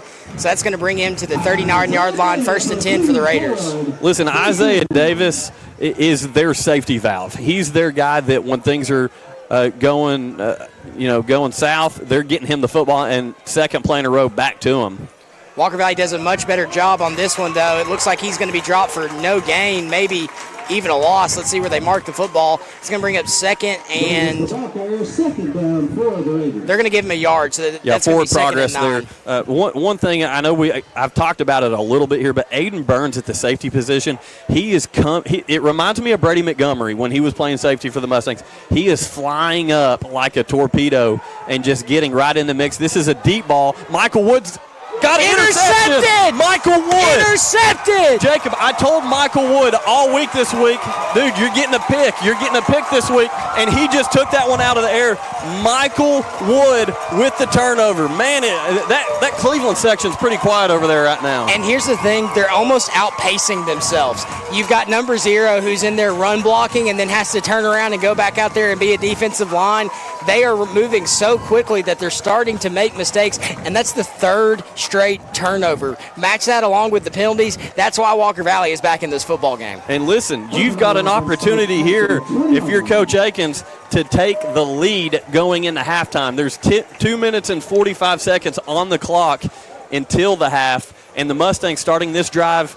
Michael Wood came down with that interception at his own 20-yard line. So Dosen Stum and company back on the field to start yet another drive. And, man, what an exciting game we've got here at Benny Monroe Stadium. They're going to bring Tate Roundtree in motion. Ball snapped. It's going to be a handoff out wide. Makes the first guy miss, but is met by a host of Raiders. Gain of maybe 1 on the play. Yeah, so I believe that was number 6 coming in that orbit motion. Number 6, Roman Eula. I would have liked to have seen the whistle blown a little bit quicker once his forward progress was stopped there. But had to get out of the way. Big number 0 for Cleveland, A.J. Westfield. And was able to get positive yards, but maybe just a yard. So Walker Valley slowing the pace here. 2 minutes, 10 seconds left in the first half. Your score, Cleveland 22, Walker Valley 20. Stum takes the snap, hands it off to Hall. Hall's going to be bounced back inside, still has his feet moving. Maybe a gain of a few on the play. That's going to bring up 3rd and long. It looks like they've called a timeout here. Timeout Cleveland, I believe, Coach. So Cleveland takes their second timeout. That's going to leave them with 1 left here in the second half. This is a big 3rd down play for the Mustangs. Once again, our timeouts are sponsored by Milligan Vein. Do your legs feel heavy, tired, or achy? Dr. James Gooden offers an office treatment that will make you look and feel better in a day. MilliganVein.com. So real quick, let's go ahead and do a Billy Haney Meat Company scoreboard update, Jacob. We've got some of those rolling in at the moment, it looks like. McMinn Central currently leading Polk County in the second quarter 14-0. Knox Central leading Ray County 14-7 in the first. Tellico over Sweetwater 7-0. And we'll go ahead and update our score. Cleveland 22, Walker Valley 20 here with a minute 48 till half. And did you hit the Maryville one? I did not. Bradley Central and Maryville. 31-0 Maryville. So, and I believe that one is still in the second quarter as well. So once again, Billy Haney Meat Company scoreboard update. For all your bulk food needs, visit them. Located right off of Old Charleston Road.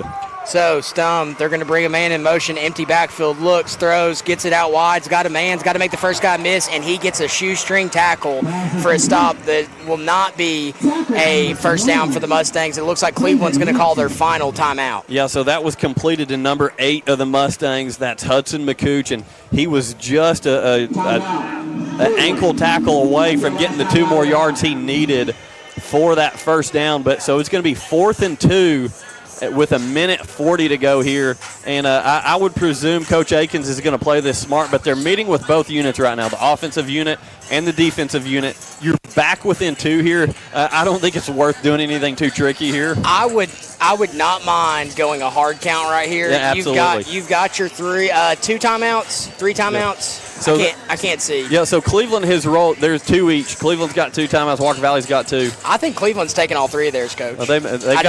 I just don't think they've updated the scoreboard. I think you're right. But so they do send out the punt unit. Cleveland's got the return team out there. This is one.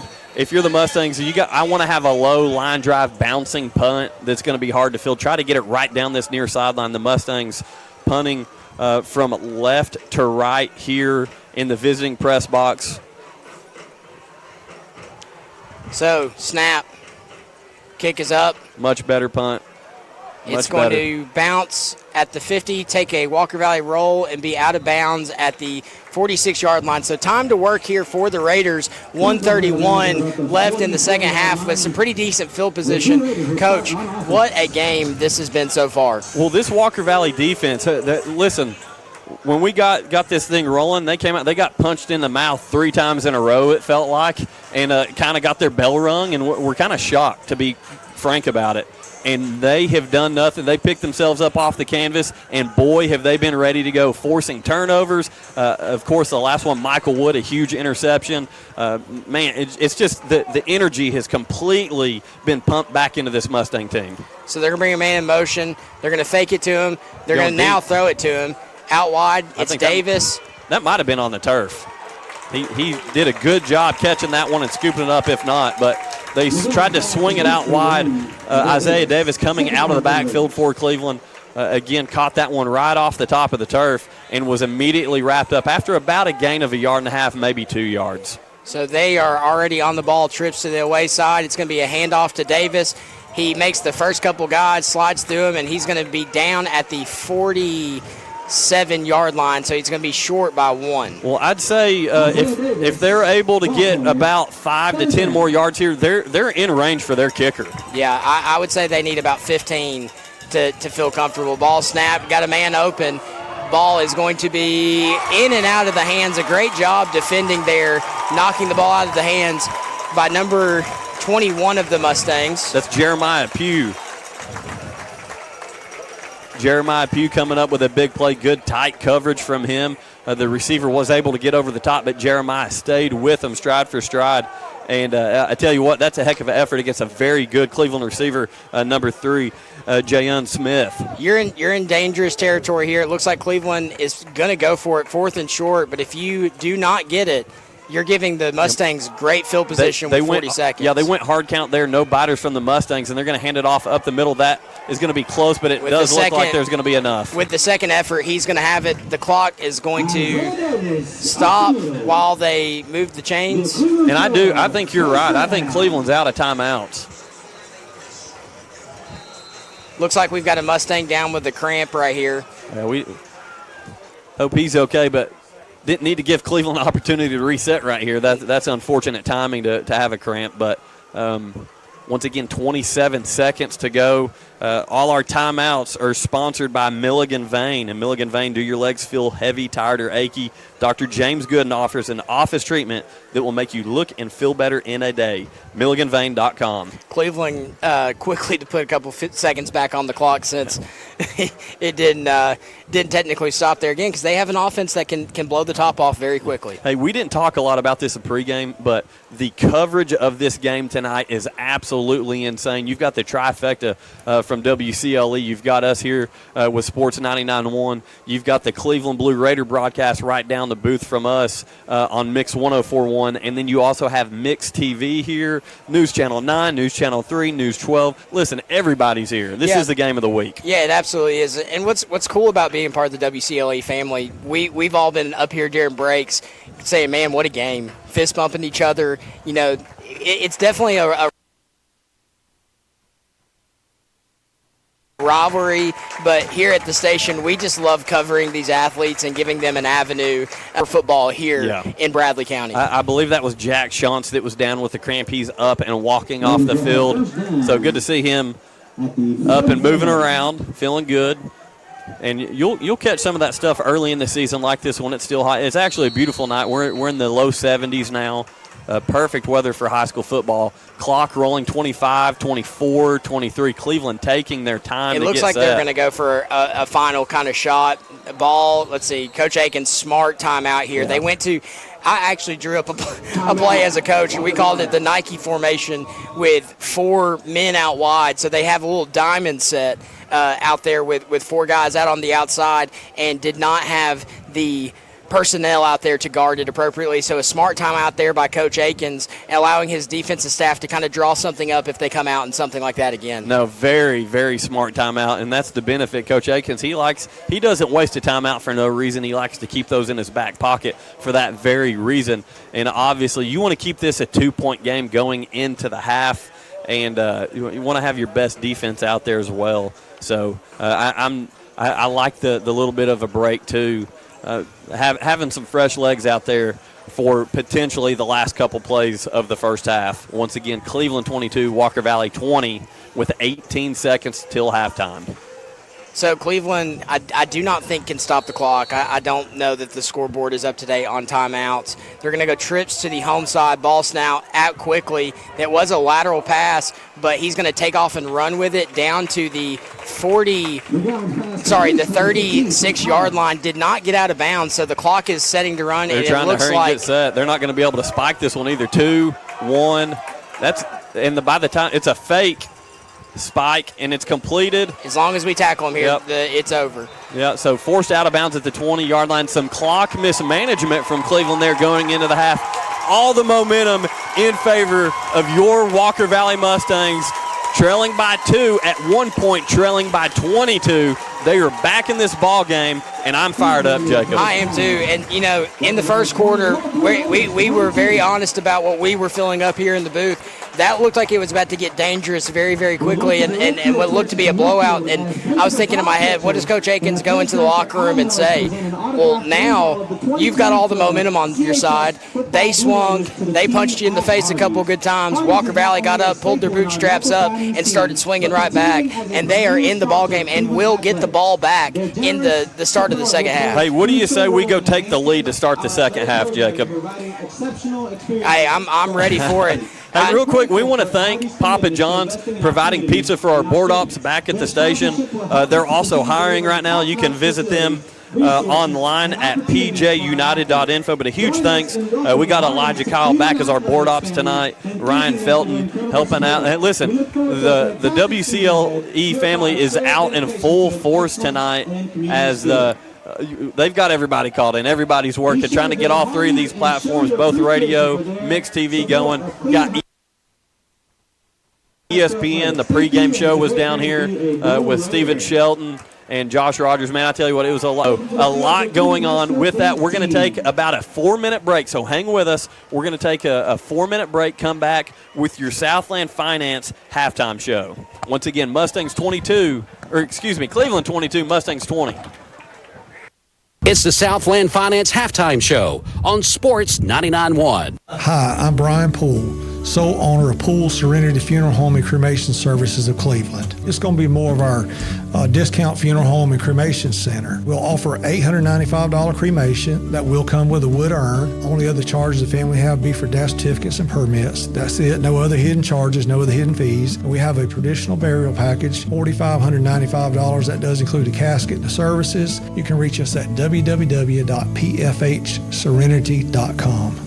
As your local credit union, the TVFCU mortgage team has more than 30 employees who live right here. Your money supports the community, and that means special savings to you. Visit tvfcu.com/mortgage savings to learn more. TVFCU, an equal housing lender. Attention, business owners and managers. Bring your team for team building to Leisure Time Bowling. Leisure Time Bowling offers your company or organization the chance to have fun together with bowling, great food, and a private meeting space. Research shows that team building leads to greater business success. Call Leisure Time Bowling to make your reservation at 728-2988. That's 728-2988 or ltbowling.com. Voitic Center for Orthopedic Care treats all orthopedic injuries, including neck and back pain. At Voitic Center for Orthopedic Care, insurance isn't a worry because they accept all insurances and can even get same-day appointments or even walk-ins. Digital x-rays are even on site. Voitic Center is also a certified concussion care specialist. Contact Dr. Voitic and his staff at 479-3600 for your appointment today. L&B Appliance is your one-stop appliance shop, locally owned and operated, serving this area for over 30 years. They offer sales and service. L&B Appliance, located on Durkee Road at Highway 64 in Cleveland, 423-339-3231. L&B Appliance, large enough to meet all your home appliance needs, small enough to appreciate your business. When life gets busy, Little Caesars can be there to help with hot and ready pizzas and more from 4 to 8 p.m. You can't beat the taste of delicious pizza at a great price and hot and ready for dinner. 3 locations, Paul Huff, Key Street, and McGrady Drive, or order online. Since 1993, Check Into Cash has offered cash solutions to our customers. The application process is simple, and the lending decisions are quick. If you've been approved, you can leave our store with cash in hand.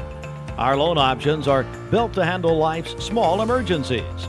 We offer reliable payday loans and line of credit options. Visit our website at checkintocash.com to learn more about your options, and when you're ready, drop by our conveniently located stores in the Chattanooga area, including Cleveland and Athens, to apply. We also offer various in-store financial services like check cashing, money orders, wire transfers, and even gift card buyback. Take the first step toward a bright financial future. We're here to help and aim to be your one-stop money shop. Not all consumers will qualify. Eligibility, rates, terms, and conditions apply. Rates, restrictions, and fees apply to store services. Please call or visit your local store for details. All Safe Storage was founded over 35 years ago by Ed Brown right here in Cleveland. And now they've grown to 5 locations in Cleveland and Bradley County. Get a free Penske truck rental when you rent a storage unit at All Safe Storage and get your first month free. Call 479-6377. That's 479-6377. First month free and a free Penske truck rental at All Safe Storage, and visit allsafetn.com. Welcome back to WCLE 99.1, your exclusive home of Walker Valley football, supplied all season long by Wholesale Supply Group, open to the public. I'm Jacob Mason, joined with my good friend Andy Morris. And folks, what a game we have on our hands. Cleveland comes out in the first quarter, stamps a 22 on the board. Walker Valley comes out in the second quarter, puts 20 on the board after causing 3 turnovers for the Raiders. So a huge swing in momentum. It kind of just feels like a new ball game where Cleveland's just got a little bit of a lead. No, you're exactly right, Jake. Once again, this is the Southland Finance Halftime Show, located off of Peerless Road and 25th Street in front of Ace Hardware.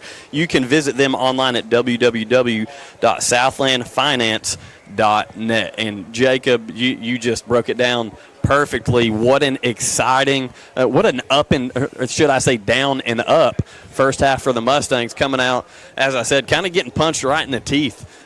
Three drives in a row, Cleveland up 22-0 at the time. Mustangs getting back in it with a few turnovers, a big play, a couple of big plays. Tate Roundtree getting involved there. Man, I'm excited. We're going to have a very eventful second half coming up, Jacob. Absolutely. You know, it's kind of like a reset. Walker Valley's going to get the ball to start the second half, but teams are going to get to take a breath. They're going to have going back into the locker room, and the game plan of yesterday may not be the game plan of today. You know, of right now, in the moment.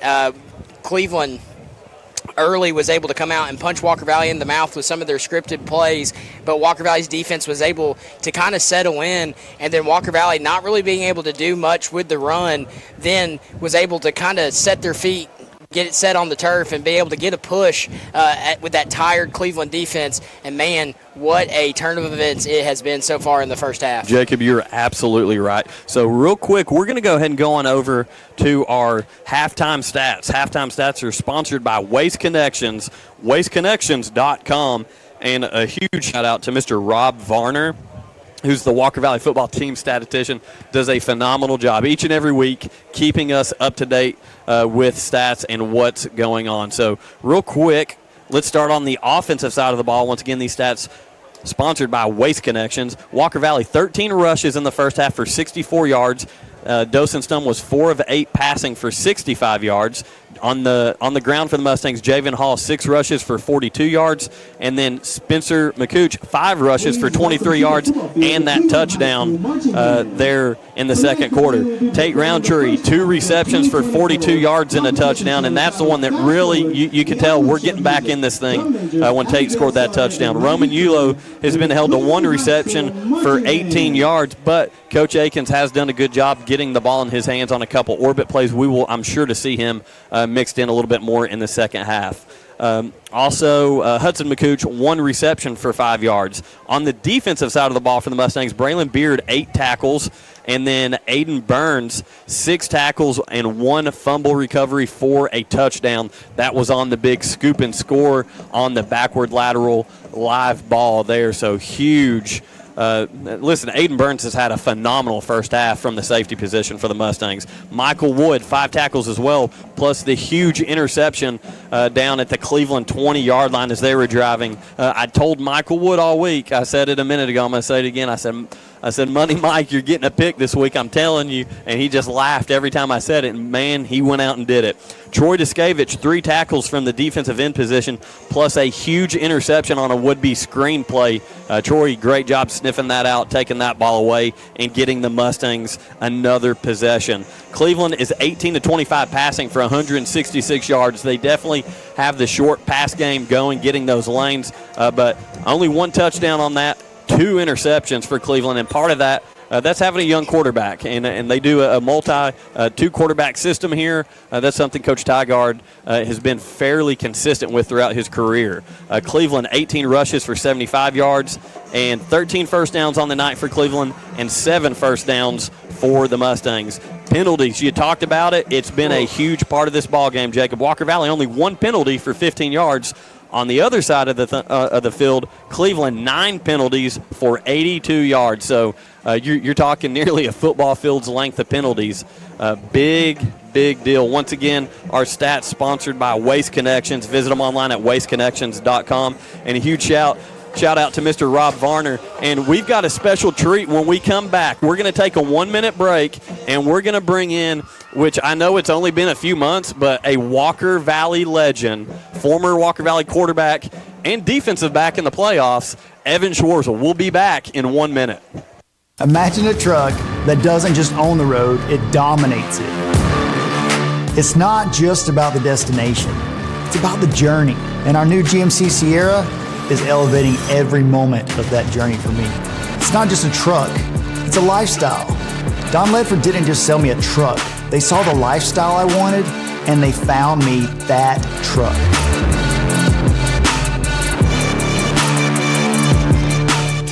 Looking to furnish your home office? Look no further than Joe Rogers Office Supply. They have a great selection of office furnishings to complement your home. From desk to seating and filing solutions, Joe Rogers Office Supply can be your source to complete your home workspace. With furnishings from DMI, Eurotech, Hahn, and ISR Performance, they can design a workspace that can be uniquely yours and increase your efficiency for years to come. For the best in setting up your office, see Joe Rogers Office Supply, 156 Central Avenue in historic downtown Cleveland. Welcome back to WCLE 99.1, your exclusive home for Walker Valley football, supplied all season long by Wholesale Supply Group, open to the public. I'm Jacob Mason here with Andy Morris, and we have a special guest here in the booth.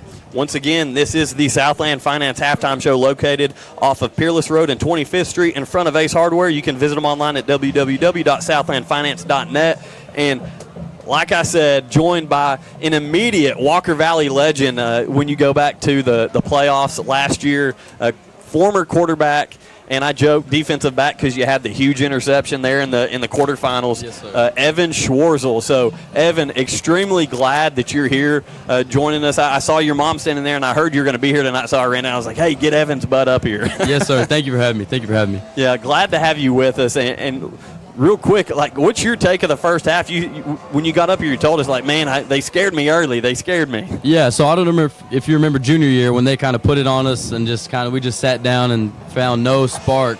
Well, I noticed whenever Jerry had that hit right here, immediate spark, and ever since then it feels like it's just been, the new Walker Valley way and how we just handle, adversity over and over again. So, making them turn the ball over, even Troy getting out there, getting his arms up there, Troy grabbing that. So, really cool to see. Just, the game's not over. Back to, almost 0-0 ball game. Let's just, let's keep the energy because we know that Cleveland's down right now. So. Yeah, I love what you said about the Walker Valley way. I mean, we were the new way. I love that. The new Walker Valley way.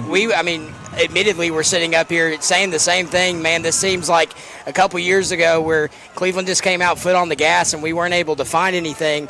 But just talk about, what do you think Coach Aiken's message was at the end of that first half? Because they obviously came out swinging in the second. Yeah, big atmosphere, man. Just settling in, man. Just, Dosen, getting hit a few times, getting up, and like, all right, yep, we're in this ball game. So all it took was that one spark, and ever since the spark, it's been fireworks. So they've been, really, really putting it on them right here. So let's just see it, continue. And even some trickery. We practice trick plays all the time. We had never ran one. And even seeing that was, doing whatever. Because you didn't have to. Yeah, well, I mean, but seeing the confidence Coach Aikens has to throw a trick play in there, and, it ended up working out how he drew it up, so yeah, seeing stuff like that. Tate scoring on that one, right? That was crazy. Tate Roundtree, yeah. What in the world is he doing out there? Hey, listen, Tate Roundtree, once again, we're joined by former Walker Valley quarterback Evan Schwarzel, now playing at Bethel University. Yes, sir. And glad to have him here this weekend with us, able to attend this rivalry game. But Tate Roundtree at Y-back for us, that's a guy that we talked about. I call it a levels play, and we talked to Coach Aikens during film, during the coaches show this week. That's something that we saw you making your check down, that you'd look downfield, and you would come back to Tate a lot. Yeah. So a target of yours for the past couple of years as well, that, Tate Roundtree has really added a gritty dynamic to this offense. Yes, sir. Just reliable. He's going, in run game, he's going to go fill his hole. He's going to hit somebody. And, he's always, his little self be behind the line poking somewhere. So you just got to find him. He's going to go make plays. So, he's not scared to put his head down and hit somebody either. So that's always a plus. Yeah, Evan, the Walker Valley offensive line kind of settled in there in the second quarter. Just kind of talk about, you obviously had a good relationship with a lot of guys that are out there. I'm sure basically all of them that are out there. Just talk about, their toughness in tonight's game so far. Yeah, absolutely. I'm here with Barry. We kind of rode up together and have been on the phone and kind of nervous together. But yeah, just seeing them that they're going to win in the trenches this year, and they're going to run the ball. They're going to enforce that, and they're going to run the ball shot. And so they've been hitting the shots. Early on they didn't hit the shots. Now they're hitting the shots and running the ball, and so now Cleveland's kind of on their heels, and as they should be, because this is an explosive offense. Yeah, to your point, we kind of, and Jacob called it during the broadcast, we've kind of seen Coach Aikens mix it up. It was kind of first down run, second down run, third down shot, and it was kind of predictable. Once things got going, he took that first down shot and brought Javen Hall in to kind of provide some relief for Spencer McCooch, and we saw that benefit Spencer as he got down here in the red zone, breaks a couple tackles for a touchdown. touchdown. So starting to mix things up as the momentum for Walker Valley picked up there late in the first half. But, man, I tell you what, I know how close you were and still are with your line from Walker Valley. Ty Parker, Luke Hawkins, and a bunch of those guys. And one thing that I want to touch on, just because y'all's mamas are awesome, I know that they still get together and have meals, and like they came together tonight to support this group. That's part of the culture that you guys help build. That's it, man. My mom was talking about when we came up here. She was like, once your son graduates, you feel like it's kind of over, and like she just like the culture is just not over. We all showed up again, and you'll notice there's a lot of kids who parents aren't on the football team or kids aren't on the football team, and they're here and just really just filling out this big section that I've never seen filled out like this, and it's just so cool to see the family of Walker Valley and the culture of Walker Valley really become that family. It's just awesome to see. Yeah, you're out there. We don't have a great view, but we said before the game it felt like Walker Valley had more fans here than Cleveland did. Does that still seem to be the case out there? Absolutely, and even like standing around over there. I don't know. Lachlan's over there playing in the Cleveland football section, so I don't know what that means. But, yeah, even like standing in the concessions, man, it's just like a flood of, navy and gold, and it's so cool to see. But, I don't understand personally why this is not Cleveland's side. They gave us a lot of room. And, they did. Once that band gets involved, it gets noisy. So. You guys can tweet at their athletic director. Give them a hard time about that home side. But, no, Evan, man, I'm extremely glad that you're able to kind of join us here during the Southland Finance Halftime Show. And, again, a great career at Walker Valley. And you guys were part of a consistent process of kind of, I feel like the group before you with Ryan Lay and Pope, both of those groups kind of started to lay that foundation.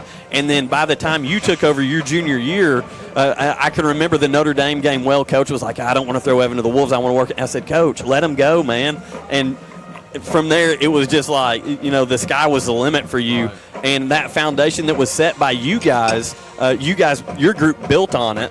And you just said it, like Walker Valley's obviously we're a band school. Obviously we're a baseball school. Obviously we're a softball school. Yeah, but I tell you what, right now Walker Valley's a football school, and you guys are part of the reason. Absolutely. Thank you. Yeah, but, man, extremely excited to have former Mustang quarterback Evan Schwarzel joining us here on the Southland Finance Halftime Show. Evan, if you could, before we go to break, kind of let us know, man, how's everything going up at Bethel, and how's college life, man? Absolutely. So going from Chattanooga to McKenzie, it's a little culture change, but it's a family up there, too. Everybody's so cool. I got a roommate from Memphis, he's just an awesome dude, very similar to me, played quarterback. But so this year I'm going to redshirt, gives me another year of college football, which is a blessing, and so we'll make an impact in McKenzie, hopefully like I did in Walker Valley. But so yes, sir, it's been amazing. It's been great. Awesome, man. That's exciting, brother. Well, hey, man, good luck. Keep us updated. Come visit us. We'd love to have you on again. You're a great interview. You do a good job representing yourself well. You can tell he's been hanging out with Coach Akins for a while. Absolutely. Thank you for having me. Yeah, for sure, brother, for sure. You definitely have grabbed some stuff from his book, for sure. Thank you. So once again, it is halftime here. We've got about roughly 2 minutes until the teams take the field for the kickoff of the second half. The score currently Cleveland 22, Walker Valley 20. We're going to take a 1-minute break, and we'll be right back here for the Southland Finance Halftime Show. The Billy Haney Meat Company has been serving this community for 56 years, locally owned and operated and open to the public. Feel free to call or just walk in to get all of your bulk food needs with no membership required. Keep your chest freezer stocked with frozen and fresh hamburger patties and frozen chicken of all types. The Billy Haney Meat Company literally has it all. Those square pizzas we all loved in school, they have those too. And they keep a large supply of your favorite candy and chips. Call the Billy Haney Meat Company at 336-2468 or visit them at 2154 Old Charleston Road. At Southern Heritage Bank, we provide tools to protect you and your accounts. Secure Lock Equip is an easy-to-use mobile app that puts the power to protect your debit cards in your hands. Simply use the free app to turn your card on or off in real time as needed. It also helps track your purchases. You'll receive a notification each time your debit card is used, before the sales clerk can provide you with a receipt. Prevent fraud, control spending, with Southern Heritage Bank, a division of First Citizens National Bank, member FDIC. Welcome back to WCLE 99.1, your exclusive home for Walker Valley football, supplied all season long by our good friends at Wholesale Supply Group, open to the public. I'm Jacob Mason, here with my buddy Andy Morris. It is halftime. Cleveland jumped out to a 22-0 lead. Walker Valley in the second quarter closes the gap, putting up 20 unanswered. The score 22-20.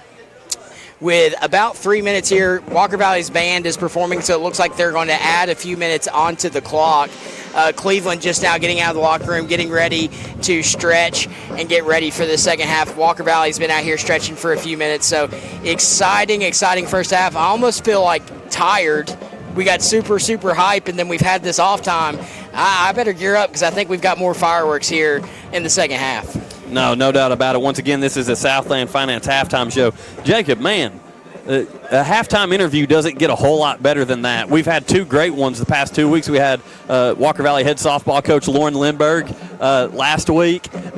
Came and joined us. Evan Schwarzel this week joining us at halftime. And, man, it's so nice to see Evan. You can tell, like, that energy, that leadership is still there. Like, yeah. He's living the college life. He's playing college ball on Saturdays. As he said, redshirting this year. But you can still see that energy from him, like the pride he takes in this team. What a great interview that was, getting to have him on. What a treat. Yeah, absolutely. I don't know if he'll be able to do it, but Eli did, and I'm calling you out. Come on next week, baby. Hey, listen, I know Chad, his dad, is usually listening. If we can get Daniel and Eli, I would love the Denton brother 1-2 punch. That'd be a lot of fun for a halftime interview. Of course, Eli's still playing ball up at Cumberland. And, man, those guys, you talk about it, and it kind of sounds cliche, the foundation. Like, legitimately, those guys built the foundation of what happened last year, making the state semifinals, what's going on now. And, listen, we got a whole half of football in this game ahead of us. A lot could happen. But those comebacks have been very rare over the history of Walker Valley football. Yeah. And that's no slight on any previous teams, any previous coaching staffs. But those things, you see it in a lot of sports in our community, with Bradley Barrett basketball, with Cleveland wrestling. Like, you have to establish a culture to be able to build on it. And Coach Akins and this staff at Walker Valley, they're doing that. Yeah, something that I feel like you can start to say about the Mustangs now is they're consistent. Where, in Walker Valley's past, they've had really good teams, then they've had really bad teams, and they've had really good teams, then they've had really bad teams. Walker Valley has done a good job of consistently coming out, playing hard-nosed football, and competing. Folks, we're playing a 6A school tonight. We're playing a ranked 6A school tonight. We're going to play another 6A school next week, and we are hanging tooth and nail with them and giving them all they want and more. So it's super exciting as a Walker Valley fan who's got to watch a lot of these kids grow up in the middle school and get to live out their dreams on Friday nights, because for the first time, that word consistent, I think has come into play for the Mustangs. Well, I tell you what, and shout out to Cleveland, shout out to my brother. This is a phenomenal football environment. And, I think that with a mix of the talent of Cleveland was a little bit of a shock early. But, like, our guys, you see them down there, like, during warm-ups, like, they're moving around. The music was playing. Like, they're getting loose. Like, they've embraced this environment. Like, they're thriving because, listen, football is a big deal at Cleveland High School. You're talking about a team in the 90s that dominated high school football. And, they've had some bright spots since then to now. And Coach Tygard obviously has a heck of a football team over across on that other sideline. But that atmosphere is not too big for Walker Valley tonight, and I love that, and that's a testament to the hard work of these young men in this coaching staff. Yeah, absolutely. And like what this night says a lot about our community, just in general. We do a lot of things together. I know I've said this in the pregame and before. We go to church together. We go on vacations together. There's lots of people. We watch a Braves together. Yeah, we go to sporting events together. Exactly. And although tonight we're sitting on opposite sides, the amount of people that are in this stadium here to support high school athletes is such a cool thing. And not just athletes, the cheerleaders, the band, the dancers, all of it. It's on full show for both sides here, and there's definitely support out for both sides. So that's something so cool to see our community, kind of grasp. Yeah, once again, this has been the Southland Finance halftime show. You can visit them online at southlandfinance.net. Once again, thanks to Mr. Rob Varner for all our stats. Cleveland 22, Walker Valley 20. With that, before they're having the light show here. Cleveland does have the LED blue lights, and it's lighting this whole place up blue, and it's kind of a darker shade of blue right now, and that's just something else to get these Mustangs fired up. Yeah, man, what an atmosphere. Did you have a Billy Haney Meat Company scoreboard update? Yeah, I got you. So Meggs 20, Kingston 0, Eastham 22, Franklin 0, Tellico 13, Sweetwater 0, Hickson 37, Ooltewah 0 at halftime, McMinn Central 14, Polk County 9. And with that is the conclusion of the Southland Finance halftime show. Once again, visit them online at southlandfinance.net. The clock is set. Cleveland's kicker has the ball set at the 40, kicking from right to left from our vantage point here in the visitor press box. And the score, Cleveland 22, Walker Valley 20, and looking to take their first lead of the game on this next possession. Kick is up, and it's a high one. It's going to be catchable. It's bobbled, but picked up. He's to the 10, he's to the 15, he's to the 20, he's to the 25. He's going to be down at 26 yard line, and a late hit there for the Cleveland Raiders. Again, cannot get out of their own way tonight. And listen, that's something that, like, we saw really hurt Cleveland last year, and Coach Tygart has tried to address this. I've interviewed him on the drive on ESPN Cleveland. He's talked about disciplining his team. He said, well, hey, after practice today, we were rolling, or we were running, because, we can't anticipate a snap. Because we can't do that. Like, he's trying to deal with it. It's something that, at some point for Cleveland, for him, those guys, they got to hope they can get it under control, because it's been a huge factor in this game, which is now a 2-point ball game. Yeah, and also something that it also affects, it affects the position on the football field, but emotions. I look down and Cleveland starting off the second half frustrated. You got guys throwing up their hands at each other, getting frustrated because they can't get out of their own way with the penalties. They've got to get a wrap on that, because it's hard to be successful and win a ball game when you have already, I think that was we're close to 100 yards worth of penalties on the night. Yeah, no doubt about it. So Dosen Stum set first and 10 from his own 41-yard line. Ooh, swallowed. And, yeah, that was handed off immediately to Spencer McCooch. He got the ball right as he was getting tackled, so that could have been a lot worse than it was. That is going to be a loss of about 3, it looks like. I think they're going to back it up even a little bit more, Coach. It looks like it's going to be 2nd and 15. So one thing I don't want to see, let's not get too conservative. Let's keep taking shots. Let's keep being a little fancy with the football, because it has worked when Coach Akins has dialed that stuff up. So 2nd down and 15. They're going to hand it off again. Nowhere to go. Right up the gut. Yeah, this is kind of going back to early first half. Just calling it kind of how I see it right now. Trying to get that run game established, but now you're in an obvious 3rd down passing situation, 3rd and 15. And this is where Cleveland pins their ears back and comes after Dosen. This is a good time to hit a screenplay. Yeah, that's literally what I was thinking. The screenplay that they ran to McCooch last week that we broke down on film in the coaches show, that would be a good call right here. But Cleveland kind of letting the box up a little bit lighter. Looks like they may try to bring a linebacker off the edge. Dosen goes hard count, no biters. This allows him to see what he's got. Ball snap, Dosen drops back. They are bringing pressure. It is a screen pass. There's a screen. Block him. Goodness gracious. So one block away from picking up a first down right there. Number 3 for the Raiders did a really good job coming from the secondary and blowing up that play. Again, Cleveland very fast. That's Smith. He's a senior, 6'2", 175. Sorry, I won't coach in the microphone anymore. Sorry about that. But 10-13 to go here in the 3rd quarter. Cleveland up 22-20, and it's 4th and about 9 yards here, it looks like. Walker Valley going to punt. Our punter standing at the 30-yard line. Jacob, can you get a number who we got punting back there? I think it's 28. Yeah, I do believe that is Dylan True, the senior. Good snap. The punt is up. A little bit better punt this time, and it might get close to hitting a Raider, I was going to say. That's what a roll. Take a wonderful roll all the way. Keep it still rolling all the way down to the 6-yard line. Best punt of the night. Thing bounced at the 30, took a good jump, and rolled all the way down to the 6. So Cleveland going to have their ears pinned back here deep into the territory as they take over 1st and 10. Yeah, going to have to basically travel the length of the field, ball spotted at their own 6-yard line for the Blue Raiders. Once again, where we are in the visiting press box. Cleveland with the ball working from right to left with the field house at their back. And, man, I tell you what, we talked about first half. We had a couple punts that didn't result in good field position that, just honestly speaking, weren't great punts. What a phenomenal punt to make Cleveland go the length of the field. Yeah, so they're going to bring the 2 tight ends in motion. They've liked to run off the outside here, yes, and they do again.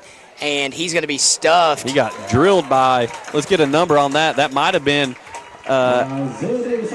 let's see, I think that was Mason Alexander. No, that was actually Jack Shantz, the defensive end. So Jack Shantz, he did a good job fighting off the outside and kind of delay the blow for sure. Cleveland back on the ball. 2nd and 8. Single receivers to each side. Davis in the backfield. Ball snapped. It's going to be handed off out wide to Davis. He's going to stretch the edge, and he's going to get to the sideline. It looks like they're going to mark him just short of the line to gain. That's going to bring up 3rd and 1. Yeah, it's going to be maybe even 3rd and inches looking at where the official is standing near this first down marker here on the near sideline. So 3rd and very, very short for Cleveland. They're at their own, looks like just shy of their own 15-yard line. Clock already down to 9:05 to go in the 3rd quarter. Cleveland with a 2-point lead, 22-20. Cleveland snaps, handoff, no good. He's stopped for.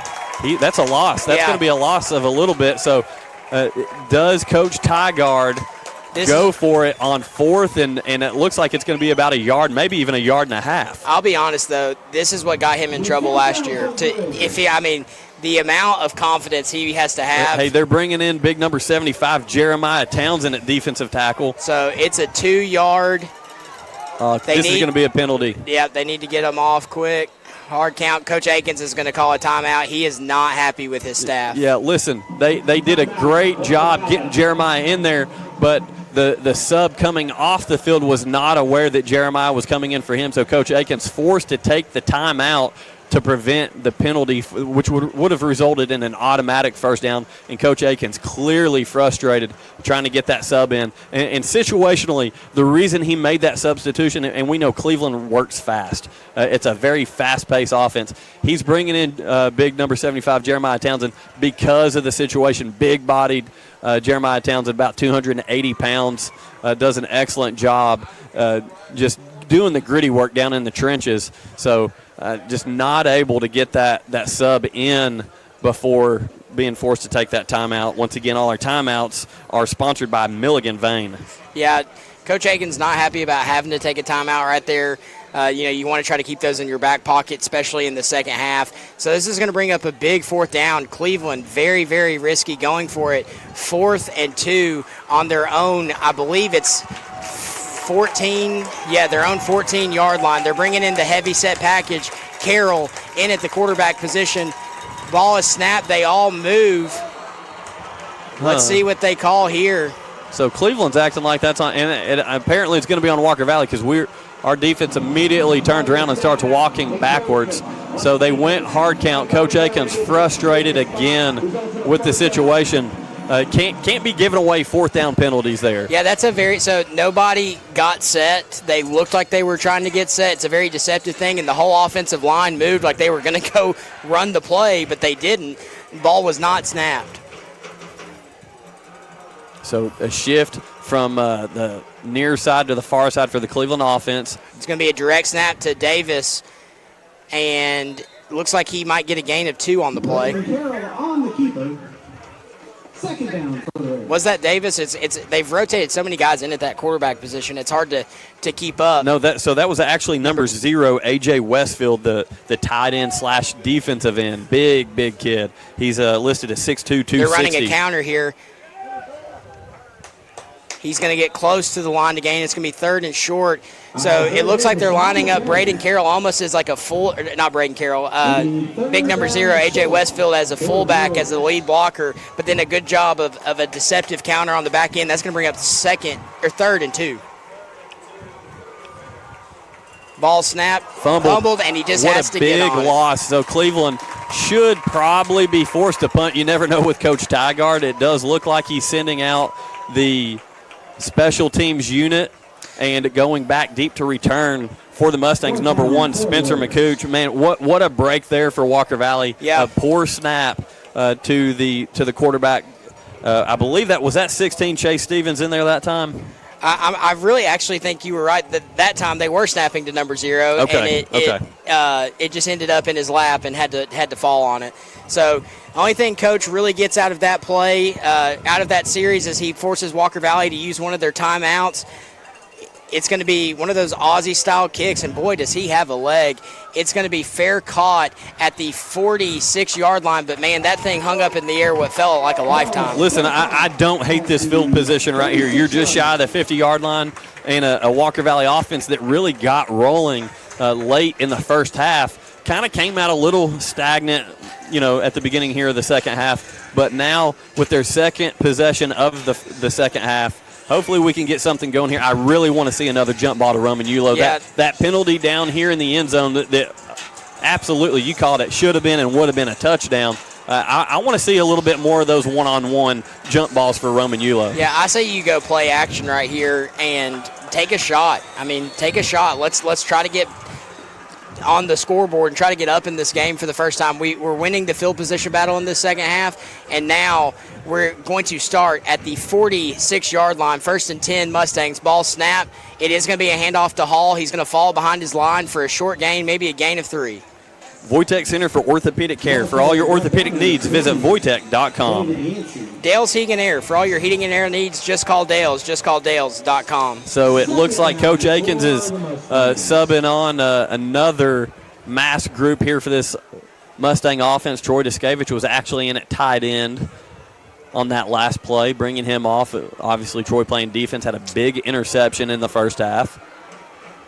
Looking like we're going to go 3 wide here. I'm going to call my shot here. I think they may bring a man in motion and go this flood level concept over here with looking deep to Roman. Ball snapped. He's looking deep. He has to get out wide. He gets it out to Hall. Hall's got the edge. He's to the 50. He's going to be down at the 45-yard line. Is it enough for a 1st and 10? It's just shy. Just shy by about 1.5 yards. So that's going to bring up a 3rd down and about. Looks like it's going to be even closer, 3rd and 1. So it looks like they're going heavy set package here. Something different. Zeke Garrison has been the one that's been running this. It looks like they're going to have Roman Yulo in. Yeah, Roman Yulo in the load package. Man in motion. Ball snap. Roman's got enough for the 1st down and more. That's a Bradley Concrete Lamcon There's a penalty as well. Down. Coming in from the back. Coming in from the backside. That's an interesting place for that penalty to be coming in.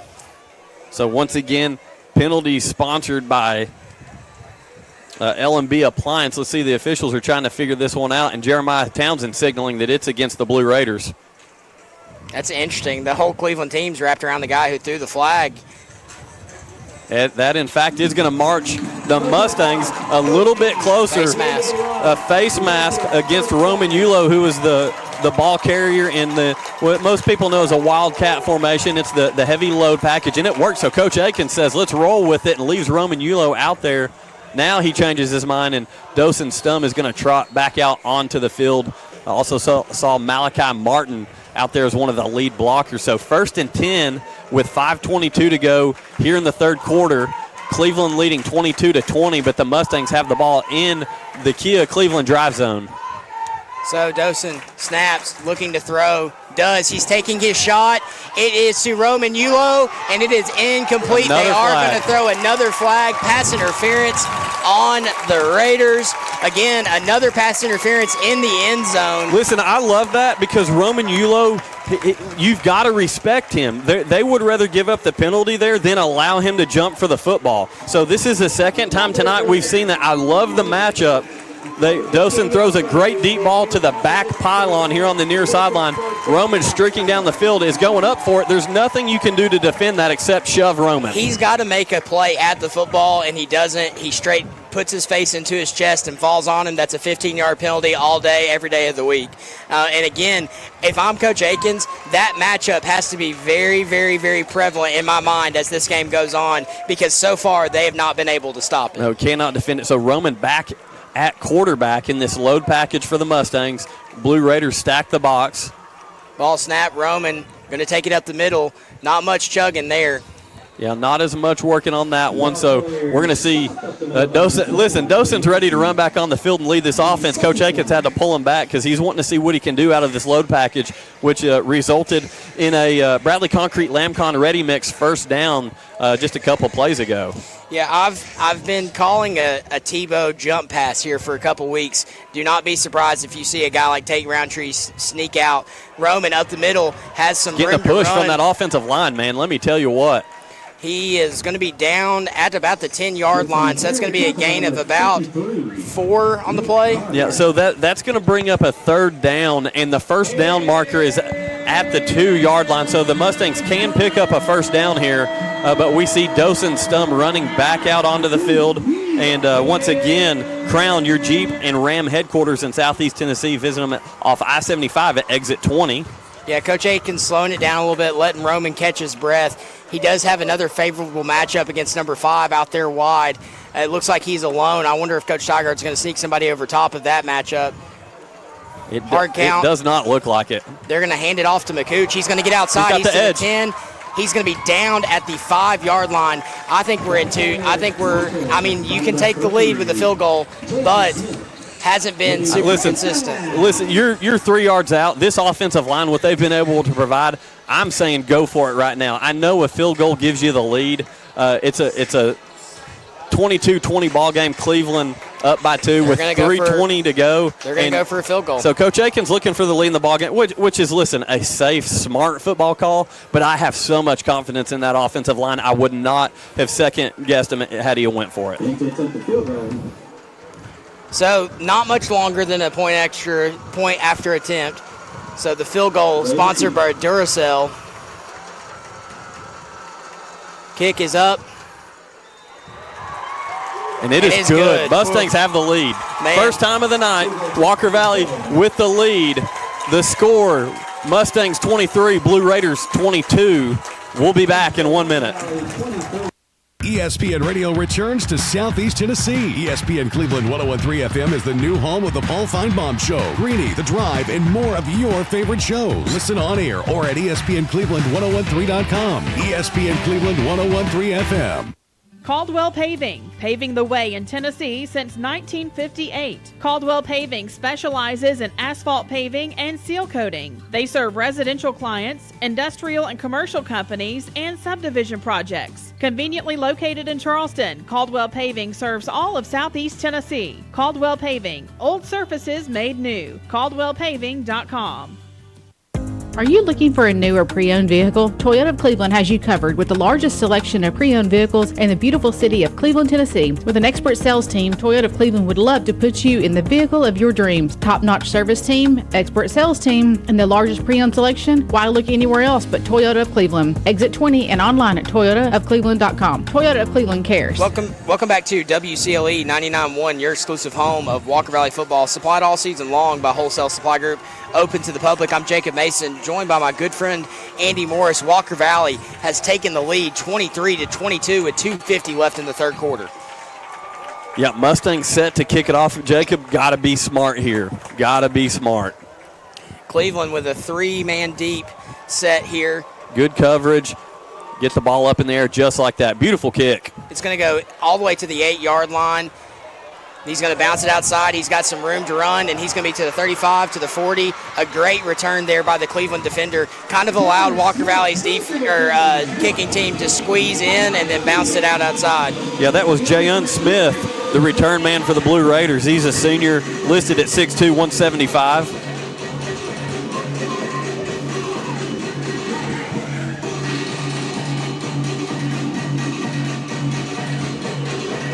So 2:40 to go here in the third quarter. Mustangs up 23-22 as the Blue Raiders taking over with the football at their own 45-yard line. This is the best starting field position they've had here in the second half. So look for Cleveland to try to make some noise here on this drive. Ball snapped, handed off to Davis. He's got some room to run. He's to the 50. He's to the 45. Tackled after an 11-yard gain. Yeah, big gain there for Isaiah Davis. Did a good job allowing his blockers to get out in front of him. Very patient run. That's one thing Coach Tygart said earlier this week. Last year, they kind of got away from using him the way he likes to run the football because he likes to hit the hole and go. But we've seen the maturity there on that play, being patient and waiting on his line. So back to pass. Deep, and this one is up in the air, nearly picked off by Michael Wood once again. It was kind of a jump ball. Michael Wood had great coverage right over the top of the would-be receiver, number 2, Braden Carroll. And listen, you got to give Michael Wood credit. He has covered Carroll, just about as good as you can. Yeah, absolutely. And another highlight on that play, number 5, Descavage did a really good job of creating some pressure, kind of made the quarterback hurry up a little bit and probably throw it a little earlier than he wanted to, allowing Michael to have good position there. Ball is snapped. They're going to hand it off the middle to Davis. Nowhere to go. Maybe a gain of a half a yard. That's going to bring up 3rd and a long 9 for the Raiders. Yeah, they've got that ball spotted. Maybe he picked up a yard to your point there, Jacob. So there's 1 minute and 53 seconds here in the third quarter. Clock ticking, Cleveland trailing by 1. Back to pass for Cleveland, number 10, That's McGowan. And it's a deep ball, and it's a wide open receiver. But no flag. Touchdown. There was a holding in the backfield. They're not going to call it. So touchdown Raiders. That's going to put them back up 28-23. Yeah, just can't let the receiver beat you deep like that. That was just a blown coverage there by the Mustangs, trying to come up and play in front when someone's got to have that deep coverage there. Yeah, Walker Valley did good of getting the pressure, and then that guy never really released. Let's see, they're going with the kind of swinging gait. They're going to pitch it out wide to him, and he's going to be in for 2. So that makes your score 30-23. It's a 7-point ball game. Yep, so with that, we're going to take a 1-minute break, and we'll be right back here on WCLE 99.1. Are you tired of high cooling and heating bills every year? It's time for a change. Call the experts at Independent Insulation Services at 423-716-3762. Our advanced spray foam insulation can save you money and keep your home comfortable year-round. Don't wait. Get your free quote today. Independent Insulation Services, your spray foam experts. When competition is fierce, sports injuries happen, and Center for Sports Medicine and Orthopedics is here to help. Saturday sports clinics are available at our Chattanooga and Cleveland offices from August 24th through November 9th for the treatment of non-emergency orthopedic injuries like sprains, strains, and fractures. Doors open at 9 a.m. and no appointment is needed to be seen by our highly trained physicians and clinical staff. Saturday sports clinic dates are subject to change. Check sportmed.com for the latest information. That's sportmed.com. Welcome back to WCLE 99.1, your exclusive home of Walker Valley football, supplied all season long by Wholesale Supply Group, open to the public. I'm Jacob Mason, joined by Andy Morris. Cleveland scores, makes it 30-23. Coach, we've got a good one on our hands as Cleveland's kick is up. It is high. It's going to be taken at the 8-yard line. So that's Michael Wood back to return, just kind of tiptoeing, waiting for something to open up. Nothing really ever does as he's tackled at about the 18. We'll give him maybe the 19-yard line, and that is where Dosen Stum and the Mustang offense will start this drive. So, Coach, an exciting game here so far here at Cleveland High School. The score 30-23.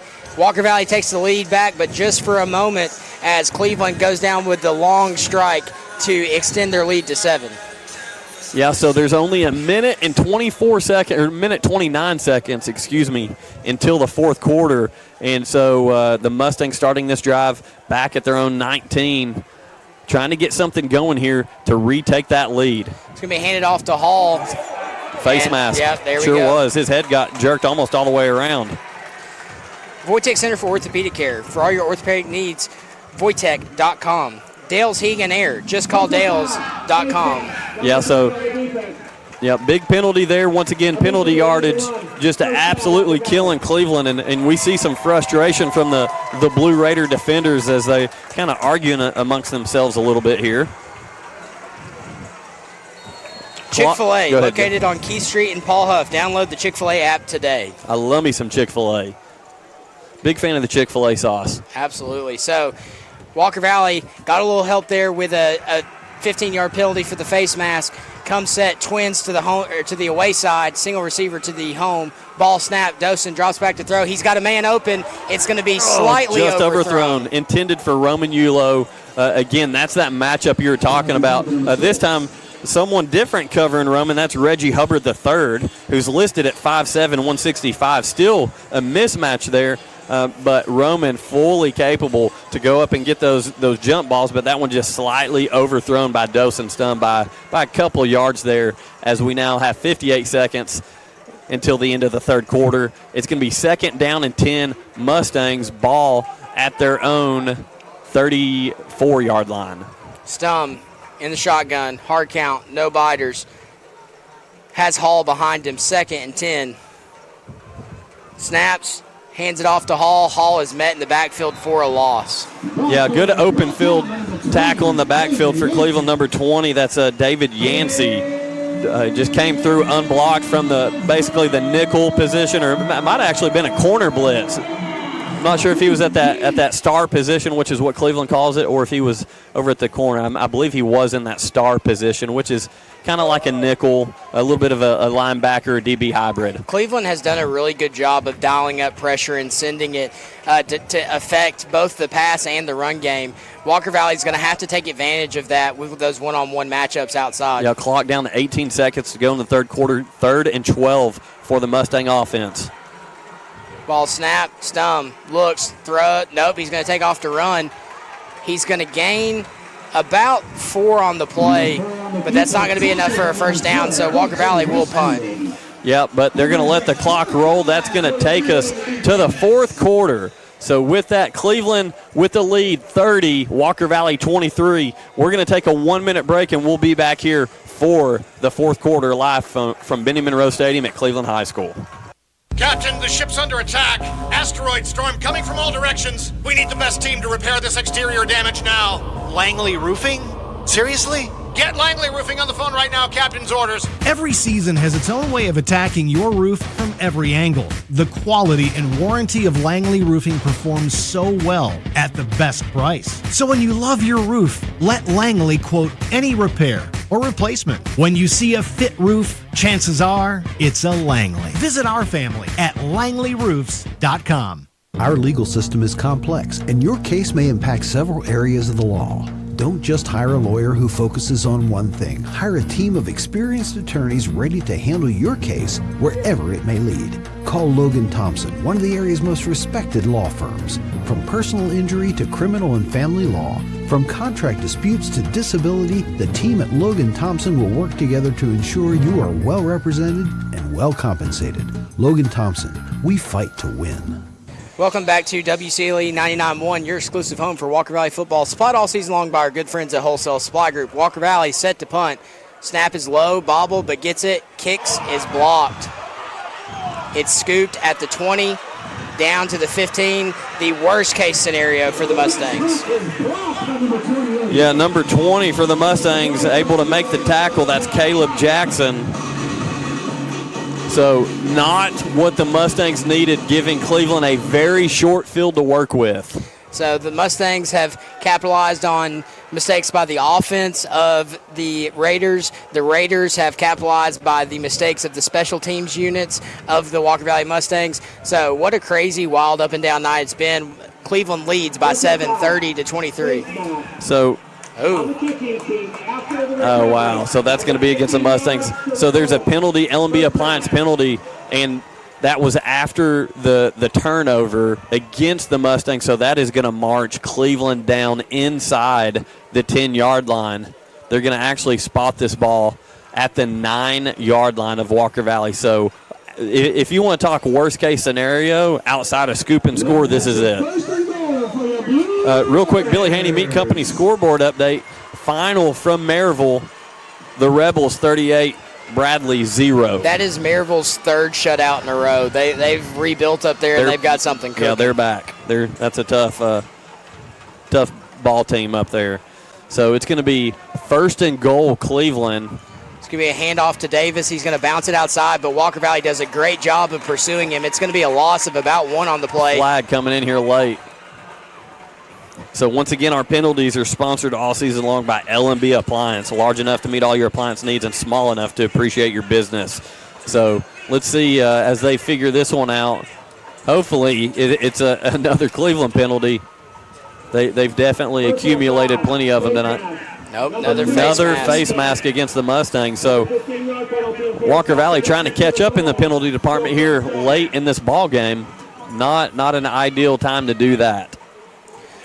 Hey, Jacob, also want to give a shout-out to our sponsor, Crown, your Jeep Ram headquarters of Southeast Tennessee. They're located off I-75 at exit 20.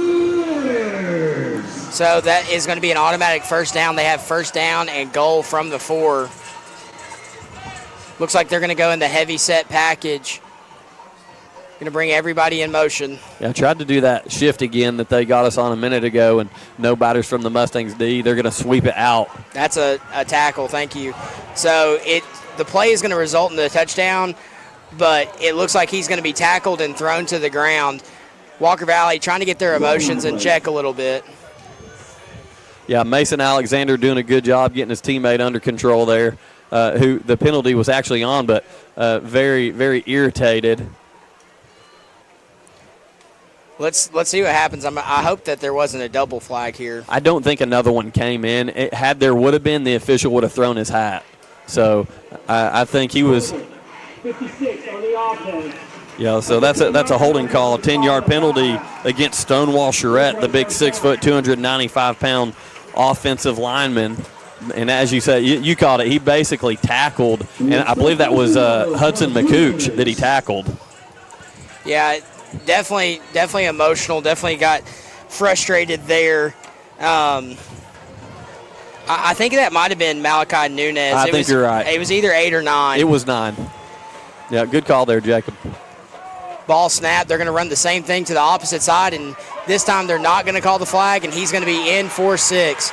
So Mason Alexander down, and the Mustangs that were behind Mason wanted the penalty. It was literally the exact same thing. Mason Alexander still down on the field, and obviously after losing Zeke, kind of short man there at the linebacker position, do not like seeing Mason down.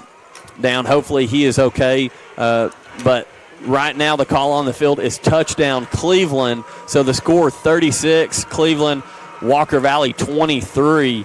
And while they tend to Mason, we're going to take a 1-minute break, and we'll be back here on WCLE 99.1. Tennessee Wesleyan University offers more than 80 majors and minors at the undergraduate and graduate levels. With the TWU Pledge, students may be eligible to attend tuition-free. A 10-to-1 student-to-faculty ratio ensures students receive individualized attention, and Tennessee Wesleyan remains one of the most affordable colleges in the region. Visit tnwesleyan.edu to learn more about on-campus and online opportunities. Choose blue at Tennessee Wesleyan University. At Southland Finance, we're neighbors helping neighbors. My name is Dusty Whitener, Vice President and Manager of Southland Finance in Cleveland. Have you heard? We have recently relocated to a larger, more convenient branch at 950 25th Street in Cleveland, right across from City Cafe at the intersection of 25th Street and Peerless Road. Our team, operating hours, and services, including personal, installment, and consolidation loans up to $20,000, have not changed. As always, we're here to lend a helping hand. Visit our new location or give us a call at 458-3007. Loan subject to credit approval. Welcome back to WCLE 99.1, your exclusive home of Walker Valley football, supplied all season long by a wholesale supply group. They are open to the public. So Mason Alexander back on his feet, which, listen, we're all pretty much in agreement up here in the press box that as well should have been a penalty. And from the officials' standpoint, and when it's that obvious, I feel like you got to call it, but you don't want to call that same penalty 2 plays in a row, and especially on 2 would-be scoring possessions. But when they're that obvious, I feel like you got to pull the flag. Well, man. At what point do they become 15-yarders? We're starting to get to the realm where it's unsportsmanlike conduct. But kick is up, it's good. That means that Cleveland's going to take a 2-touchdown lead. Put the game aside. Yeah. We got to think about player safety. Player safety, no doubt. So, listen, I want to bring this point up, too. As you said, trailing by 2 possessions now, score 37-23, Cleveland. We were down 3 a while ago. Yeah. Came back, took the lead. So nothing outside the realm of possibility for this Mustang team. And Coach Akins fired up down there on the sideline, talking to his team, getting these guys ready. Can't make little mistakes. Can't have face masks. Can't have penalties helping Cleveland out. That's one thing that's kind of kept us in that ball game, that in this ball game, that we've not had those penalties. Yeah, and with the low snap on the punt that resulted in a block, you're just putting yourself behind the stick. So slow it down. Cleveland was going to get points off of that drive, whether it was 3 or whether it was 7. But again, I just got to look back. Like, at some point, like, refs are going to have to take player safety into account, because we have a guy leaving the field because he was basically body slammed out there on the turf. Yeah, so 11 minutes and 1 second to go in this ball game. Cleveland with a 37-23 lead over the Mustangs. Getting ready to kick off. Once again, the Blue Raiders kicking from left to right, where we are in the visiting press box. Back deep to return for the Mustangs. I believe we've got the McCooch brothers now, both back there. We've had Michael Wood back there some. Yeah, I think you're looking for a spark here. Yep. You've got both some of those, fresh legs. Both of those young men have the ability to break one loose. So looking for something special here. But Bolaños has a heck of a leg. He's going to kick a line drive that's going to take a skip at the 10. It's taken at the 5, to the 10, to the 15, to the 20, where he is tripped up. So Walker Valley will have the ball at the 21-yard line. Dell's Heating and Air. Just call Dells.com. So, kind of go time here for the Mustangs. You don't have to rush too much, but there has to be a sense of urgency. I think we're going to have to start seeing the Mustangs spread the ball out with their quarterback, Dawson Stum. Yeah, absolutely. And as we look out here to the Walker Valley stands here, it's a little bit more subdued than earlier. Kind of lost that momentum, but listen, one completion to Roman Yulo here gets that spark back and get you back in this ball game. Absolutely. So Cleveland shifting, getting their players ready. Still don't really know where they're going, shoving each other around. Stum snaps, drop back to pass. He's pressured. He makes the first guy miss. He throws, caught. Not much gain. Late hit, late. Possibly. Yeah, he was. It definitely was late. They're going to keep the flag in the pocket, though. Yeah, so that was completed to number 10, Tate Roundtree, being checked down on that play. That's that flood play we talk about. Dawson looked downfield. Now, Roman Yulo was getting his jersey tugged on and slowed him down a little bit, so good coverage. Kind of a bump and run. I'll give that to him there. So Dawson, great job checking down and getting the ball to the Y-back, number 10, Tate Roundtree. It's going to be 2nd down and 9. So they are going empty backfield set, trips to the home, 2 receivers to the away. It looks like Cleveland does not like what they see. It looks like they're going to call a timeout.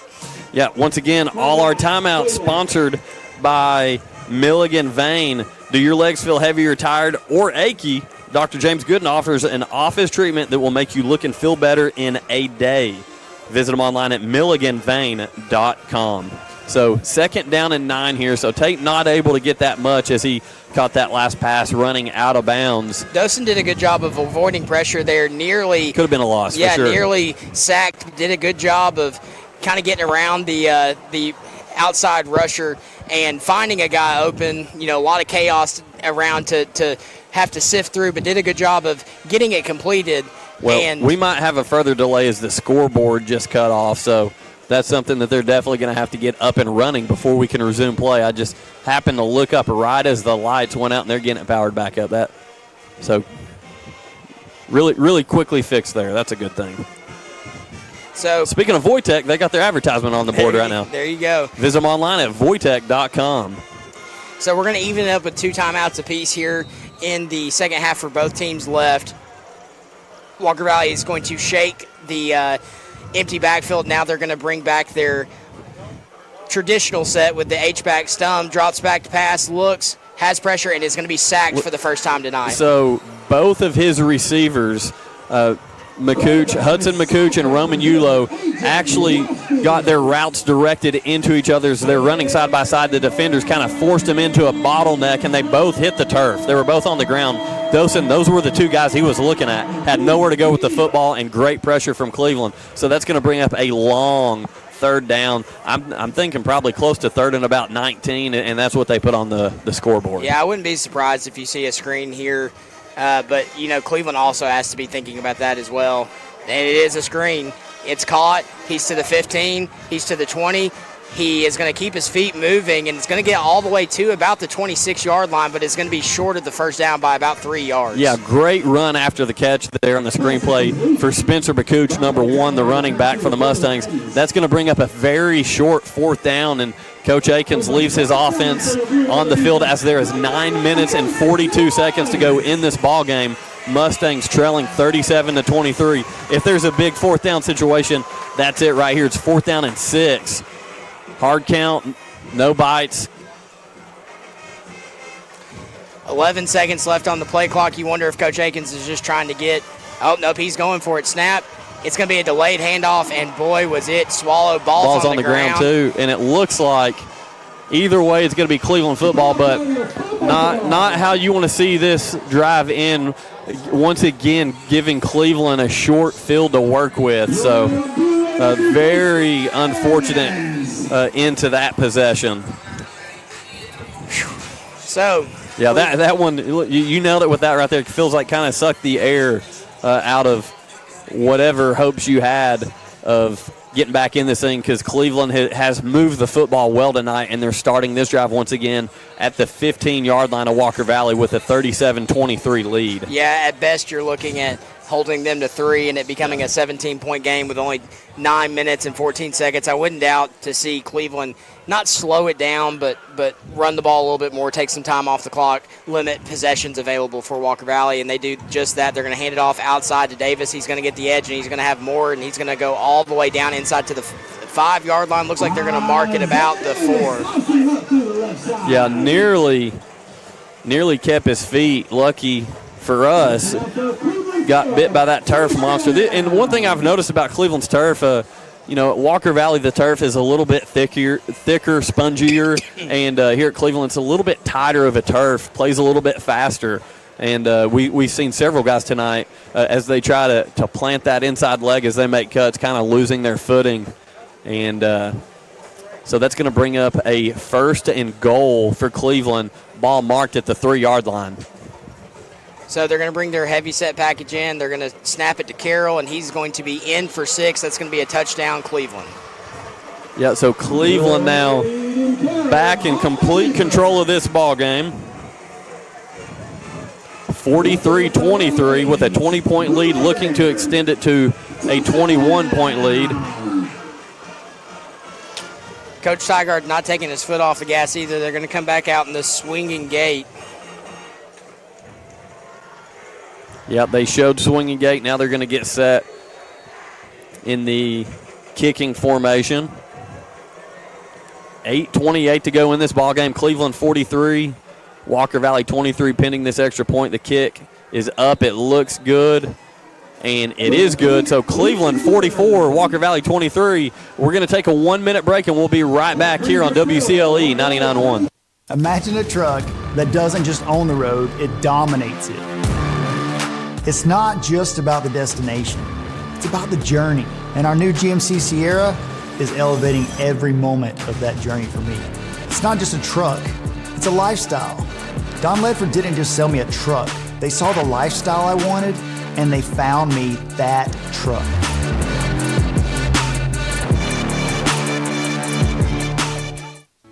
When most people think of plumbing and electrical supply houses, there's an idea that they're just for plumbers or electricians or builders to shop at. Wholesale Supply is proud to be open to the public and proud to serve our communities. By supplying the best quality products for the best prices with the best service guaranteed, Wholesale Supply is your one-stop shop for everything plumbing, electrical, and HVAC. To find a location near you, visit wholesalesupply.us for more. Helping build communities in the Southeast for over 80 years is just what we do. Welcome back to WCLE 99.1, your exclusive home for Walker Valley football. Supplied all season long by Wholesale Supply Group, open to the public. Your score, Cleveland 44, Walker Valley 23. Cleveland taking back control of this game. What was a very close game at halftime has kind of trickled out of control for the Mustangs. Yeah, kick up, another solid kick from Cleveland going through the back of the end zone that time for the touchback. So the Mustangs will take over this drive at their own 20-yard line, and would like to see them get something going here. again, we've seen it happen once already tonight. You're trailing big 3 touchdowns here. Let's get back in this thing. Cleveland 44, Walker Valley 23. Definitely go down swinging, if anything, and that kind of is a makeup thing. You know what you're made out of, and this Walker Valley team, either way, needs to hang in there because from the performance tonight, what we've seen through the first 2 weeks of the season as well as tonight is this is a team that can definitely win the region again. This is a team that can definitely make a good playoff run. So, you know, want to keep things rolling and be as positive as you can and take what you can out of each and every one of these ball games. So Dosen looking, he's going to take off, scrambling. He's going to get down at the 25-yard line, so it'll be a gain of 5 on the play. Listen, that's something we've not seen a lot of. I like Dosen running the football. Makes people be honest. Yeah, he has great field vision, and I was honestly kind of surprised he didn't slide there. He's usually very aware of where the defenders are. Great field awareness, and he's looking over at Coach Akins like, let's do more of that. He's got a little bit of adrenaline going after that run. It's going to be 2nd down and 5 with 7:52 to go in the ball game. Once again, Cleveland leading 44-23. Ball snap, Stump drops back. They're bringing heavy pressure. Hit as he throws, incomplete. Yeah, good sportsmanship there by number 0, A.J. Westfield, helping Dosen up off the turf there. He had 3 guys as soon as he released that football, just plowed right over him. So clock stopped on that incomplete pass, which was intended for Spencer McCooch. So it's going to be 3rd down and 5. Coach Akins trying to get something dialed up as the Mustangs are at their own 25-yard line with 7:40 to go in this ball game. Stum in the shotgun, twin set to each side, ball snap, looking, has pressure, has to throw again, hit as he throws. Yeah, just not having any time to throw right now. I liked having him roll out as he's throwing the football. Kind of gives him some options and time to find his receiver. But, yeah, Dosen kind of laboring a little bit right now, and it looks like Coach Akins is going to take the safe route here and punt this football. So that's going to bring up 4th and 5 for the Mustangs. Going to punt. Need a cleaner punt this go-around. Back deep for the Raiders, Hubbard.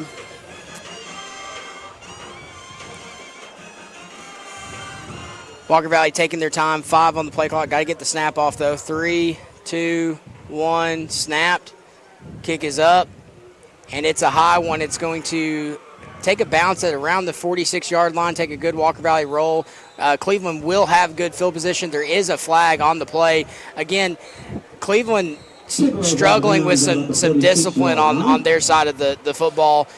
Late flag there because I believe there's a late hit. Yeah, this is a Cleveland team. Let's be honest. They've got the talent. They could make a run in Class 6A. They could compete for a region championship. The product on the field that Coach Tigard's put on this season is pretty solid. It's night and day from last year, but those are something. Championship teams, you don't do that. You can't have over 100. I'm not even sure what they're at now, but surely over 150 yards of penalties. That's inexcusable. Yeah, I don't know that I've ever seen anything like it 3 weeks in a row. You know, I know they had over 250, 275 yards in the first week. I think they were over 100 in the second week, and they're definitely over 100 in the third week. If you want to make a run at state, you're not going to be able to do that especially against 6A teams. When you run into Maryville, if you give Maryville 3 turnovers and 150-plus yards of extra help, it's going to be tough sledding for sure. No, you're absolutely right. So Cleveland now with the ball 1st and 10 at their own 31-yard line. It's a little bit of a jet sweep to number 3 of the Blue Raiders, Jayon Smith. 2nd down for the Raiders. So that's actually going to be a loss. Jacob, could you see who got in on that tackle there? I missed it. I'm thinking that was Beard again, who, listen, only a sophomore for the Mustangs. Talk about a bright spot on this defense. Number 23, Braylon Beard. So that's going to bring up 2nd down and 11. Yeah, there's some older spots like offensive line, but still a very young Walker Valley team. Going to have a lot of returners next year on both sides of the ball. Cleveland's going to bring 2 men in motion, ball snap. They're going to hand it off to Davis. He is met by number 5, Descavage, but is able to kind of slime his way through and get all the way down to the 36-yard line. I say slime, he's just so slippery, man. Yeah, great second effort there from number 1, Isaiah Davis. Broke that tackle of Descavage, who Troy, he plays very long-armed kid, reached out and tried to wrap up the best he could, not able to hold on to an extremely athletic Isaiah Davis. So that brings up 3rd down and about 4 as our scoreboards went out once again on us. Got to talk to the AD about getting that cleaned up over here. Ball snapped. It's going to be handed off to Davis. Met, but again slips out of a tackle, still keeps his feet moving, and he's going to have enough for the 1st down. Ball's going to be marked at the 42-yard line. Yeah, so Coach Tygard keeping the ball on the ground, keeping that clock rolling, and that's something we talked about early. We felt like, listen, if Coach Tygard gets an opportunity, he is going to, we're trailing. Go ahead and get this call, Jacob. Ball snapped. It's going to be thrown, nearly intercepted by, looks like number 23 Beard. No, sorry, 27 of the Mustangs. Tried to take a dive at it. Yeah, that was Tyler Goldman at linebacker, another guy who, in Zeke Garrison's absence, filling the void there at linebacker. But back to what I was saying, we were trailing 22-0 at one point, and we talked early in the broadcast, like, listen, if Coach Tygard can, he's not letting off the gas.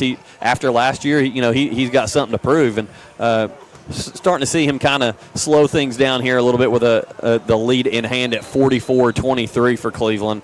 And, it's kind of neat seeing as a ball game transpires, almost some respect being gained. And to be down 3, to get back in it and to force their hand and make them make plays, you can tell Coach Tygard, he's not trying to do anything too crazy here. No, he definitely, at this point in time, he's not used to taking time off the clock, but this is an area where you just want to get to next week and be safe as they play fair, get ball snapped, it's going to be thrown, he's going to have some room to run, and he's going to take this one for a ride. He's to the 15, bounces inside to the 10. Great it's move. It's going to be another touchdown for the Raiders. Yeah, great move there by number 8 of Cleveland. That Sawyer Boyd, the junior tight end, and had a good little stop. A simple swing route. All it was, just kind of right off into the flat, little swing route, caught the ball and ran. The rest of the way, caught it at about, the 50, Jacob? You said maybe a little shy of the 50.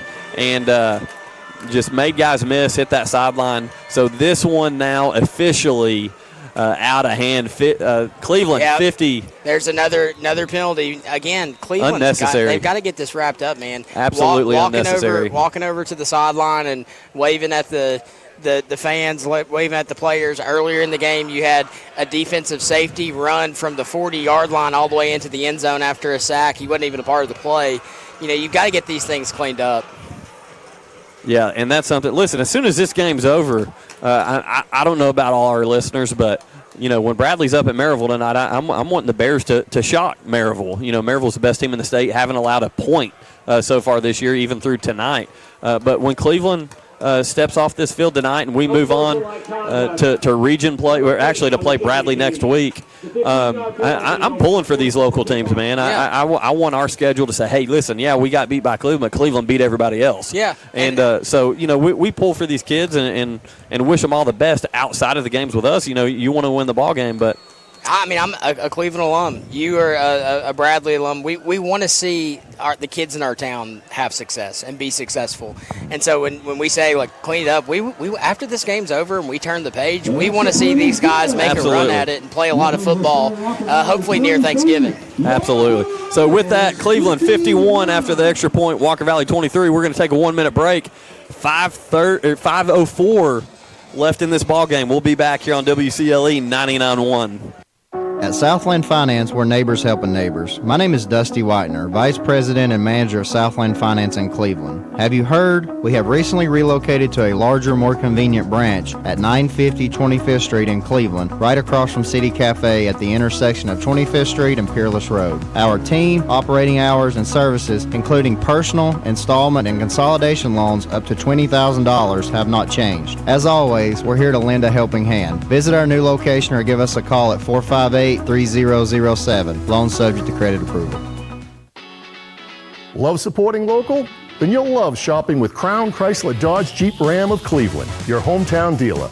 We're happy to be part of this community and proud to serve you with the better way to buy and service. We strive to have something for everyone in our inventory. Come find your perfect rod today. And we'll deliver yours to your door. Visit your hometown dealer today.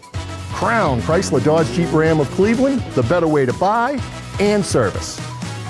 Welcome back to WCLE 99.1, your exclusive home for Walker Valley football, supplied all season long by our good friends at Wholesale Supply Group, open to the public. I'm Jacob Mason here with my good buddy Andy Morris.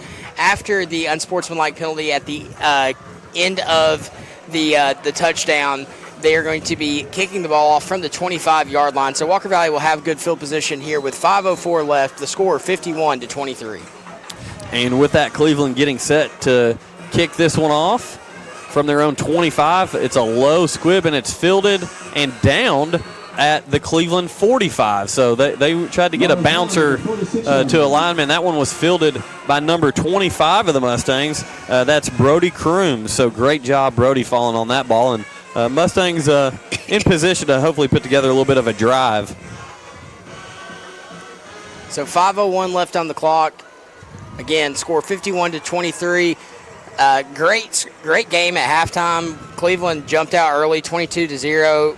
Walker Valley able to battle their way back into it, took the lead to start the second half, but then just things have piled up against the Mustangs. No, and the game honestly feels like it's been a lot more competitive than the scoreboard showing right now. Obviously, Cleveland here at the end, a lot of things going their way as Malachi Martin gets the carry for a gain of a yard.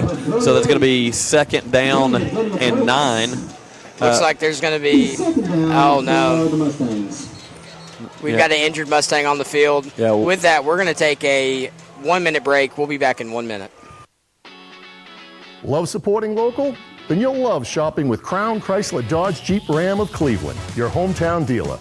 We're happy to be part of this community and proud to serve you with the better way to buy and service. We strive to have something for everyone in our inventory. Come find your perfect rod today. And we'll deliver yours to your door. Visit your hometown dealer today. Crown Chrysler Dodge Jeep Ram of Cleveland, the better way to buy and service. The Billy Haney Meat Company has been serving this community for 56 years, locally owned and operated and open to the public. Feel free to call or just walk in to get all of your bulk food needs with no membership required. Keep your chest freezer stocked with frozen and fresh hamburger patties and frozen chicken of all types. The Billy Haney Meat Company literally has it all. Those square pizzas we all loved in school, they have those too. And they keep a large supply of your favorite candy and chips. Call the Billy Haney Meat Company at 336-2468 or visit them at 2154 Old Charleston Road. Welcome back to WCLE 99.1, your exclusive home for Walker Valley football. Spot all season long by our good friends at Wholesale Supply Group, open to the public. The injured Mustang on the field, number 73, Bryson Farley, being helped off by the training staff. Yeah, up on his feet. Good to see. Just kind of seeing him roll around on the ground like that it scares you, especially after what happened with Zeke last week. Everyone's kind of on edge with injuries and stuff like that. But getting some assistance from the trainers as he does walk off the field, and it does look like we're going to see some different bodies on the field for the Mustangs, which at this point, let's keep this team healthy to go win a region championship. Yeah, absolutely, because you got a team like Ray County that's making some moves, man. Yeah, I believe. Quick Billy Haney Meat Company scoreboard update. Let's see what Ray County is doing. Our last update, they were up 35-14 in the fourth quarter of that ball game against Knox Central. They're keeping the flags in their pocket at this point. It's probably best that I just bite my tongue. Yeah, so I'll talk for you. So Walker Valley lineman was getting up off the turf after the whistle was blown, and a Cleveland defender shoved him back down in front of everybody. So that's something that Coach Tygard sees this stuff in film. And listen, I know Coach Tygard. Luckily for me, I'm in a position, Jacob, you've got in there with us as well with the drive on ESPN Cleveland 101.3. We're able to talk to these coaches from all three high schools every single week. And we have conversations with him. Coach Tygard's a great guy. He's got great intentions, and he's done a phenomenal job, as you can see tonight, getting this Cleveland football team turned around and on track. But that's something that he's going to see that in film, and I promise you he's going to say, what are you doing there? Get your butt in the bleachers, and you're going to run. He's a no-bull type of guy. So that's something that these guys, they got to start holding each other accountable if Cleveland wants to make a run in 6A. You've got to do the little things right, which is something we've seen Coach Floyd at Bradley do a phenomenal job. He's had some teams that have not been as talented, but they do the little things right and they overachieve. Last year he had a very talented team and made it to the state semifinals because they do the little things right. Same with Coach Akins and the Mustangs. So, we're blessed to be in a community where all our athletes, they excel across the board. And listen, football is a draw, man. You look at how many people were here tonight, how much coverage was here tonight. It's a big deal around here. It means a lot. So, again, got to start holding each other accountable. Yeah, absolutely. So a false start penalty on the Mustangs there. That'll back them up a couple yards. It looks like Coach Akins is going to let this one roll down, and then he's going to take a timeout. 3:30, 3:29, 3:28 left on the clock. So timeout, Walker Valley. With that timeout, we are going to take a 1-minute break, and we will be back. ESPN Radio returns to Southeast Tennessee. ESPN Cleveland 101.3 FM is the new home of the Vols, Braves, Falcons, Bulldogs, and more of your favorite teams. Listen on air or at ESPNCleveland1013.com. ESPN Cleveland 101.3 FM. Is your home too hot in the summer and too cold in the winter? At Central Heat and Air, your local HVAC experts, we've got you covered. Our top-notch technicians provide fast, reliable service to keep your home comfortable year-round. From installation to maintenance, we handle it all. You'll never be left out in the cold or the heat. Call Central Heat and Air today at 423-478-7778. That's 423-478-7778. Or visit us online at docsair.com. That's DOCSAIR.com. Central Heat and Air, your healthy home company. Did you know? The Town Squire presents the Student of the Month. Come in and register if you attend Lake Forest, Cleveland, or Ocoee Middle. Win a t-shirt or performance knit pullover, drawing each month of the school term. The Town Squire's new slogan, offering t-shirts to tuxedos and anything in between. Slag shirts, suits, sport coats, shoes. The Town Squire, locally owned and operated, the shop that appreciates the customer. Stewart Park Plaza, Keith Street, Cleveland. Welcome back to WCLE 99.1, your exclusive home for Walker Valley football, supplied all season long by Wholesale Supply Group. Cleveland sends the pressure off the edge, sacks Dawson Sun, so that's going to be a loss of about 5. It's going to bring up 4th and 20. Walker Valley is set to punt as the clock ticks down to 2:57, 51-23. Cleveland leads. So the Mustang punter standing at his, looks to be about the 27-yard line. As that clock continues to roll, that's actually going to be a delay of game, I believe, and it sure will. And that penalty, just like all the other ones, sponsored by L&B Appliance, and we've seen plenty of yellow flags tonight. Yeah, correct me if I'm wrong. During our interview on ESPN The Drive, isn't Coach Tygard running a 7-man crew like they do at State? You remember him saying that? I do recall that. Yeah, you're exactly right. He said that they did that, but I think they went away from it tonight. 5, yeah. I think they're 5 tonight. And what Jacob's referring to is the officials. You pay for officials to – Cleveland's going to actually field this punt after it hit and rolled, dangerously fielded it. I think they feared that it might have hit one of the Cleveland blockers. But, yeah, to your point, he talked about on ESPN Cleveland The Drive with Jacob and I last week about how they have a crew of officials and they pick how many they want to come cover. They try to simulate the playoffs by having that amount of officials. And obviously you got to pay these officials, but some scenarios were a little bit different. He decided, hey, the way we're playing right now, we don't need more officials here. Yeah, so you got – I see 5 on the field. I know they normally keep 1 up in the booth, so maybe a 6-man crew instead of a 7-man crew. Ball snap, they're going to throw it, get it out wide. Makes the first guy miss, keeps his feet, still on his feet. Man, what a run. Going to be tackled after a gain of about 10 yards, maybe call it 9. Yeah, Troy Duskevich in on the tackle along with about 10 other Mustangs, so finally able to bring him down after he gets about a yard shy of the first down marker. But, man, I tell you what, Jacob, this first half of the game, extremely exciting. Things kind of slipped away here in the second half for the Mustangs, but these are 2 football teams. Got to expect some big things from both of them. Yeah, so Cleveland runs it up the gut. They're going to get a gain of about 2 on the play. That's going to be enough for a first down for the Raiders. 1:36 left here on the clock. If Cleveland wanted to, they could knee it to end the game. Looks like they're going to hurry up to the ball. They're going to throw it out wide again. And they're going to get across and out of bounds. So that will stop the clock at 1:20. Doesn't look like Coach Tygard is willing to take his foot off the gas. Yeah, he's not throwing any long shots down the field or anything, but one thing that they do a good job, and obviously they need some reps of, first of all, not getting penalized, but they throw the ball out wide and try to create lanes to run. And seeing them run the ball now up the middle for about a gain of, let's say, 2 or 3. Going to be just short. It'll be 3rd and 1 for the Raiders here with a minute left in the ball game, ticking down to a minute 05. So Raiders back on the football. Ball's going to be snapped, run up the middle. He's going to bounce it outside. He's got some room to run. He's going to be pushed out of bounds at the 35-yard line. 51 seconds left in the game. So that's a first down for the Blue Raiders as they continue to move the chains. 51 seconds to go in this ball game. Score Cleveland 51, Walker Valley 23. And just a disappointing end for the Mustangs, obviously, after such a phenomenal first half. Being able to come back and get back into this game.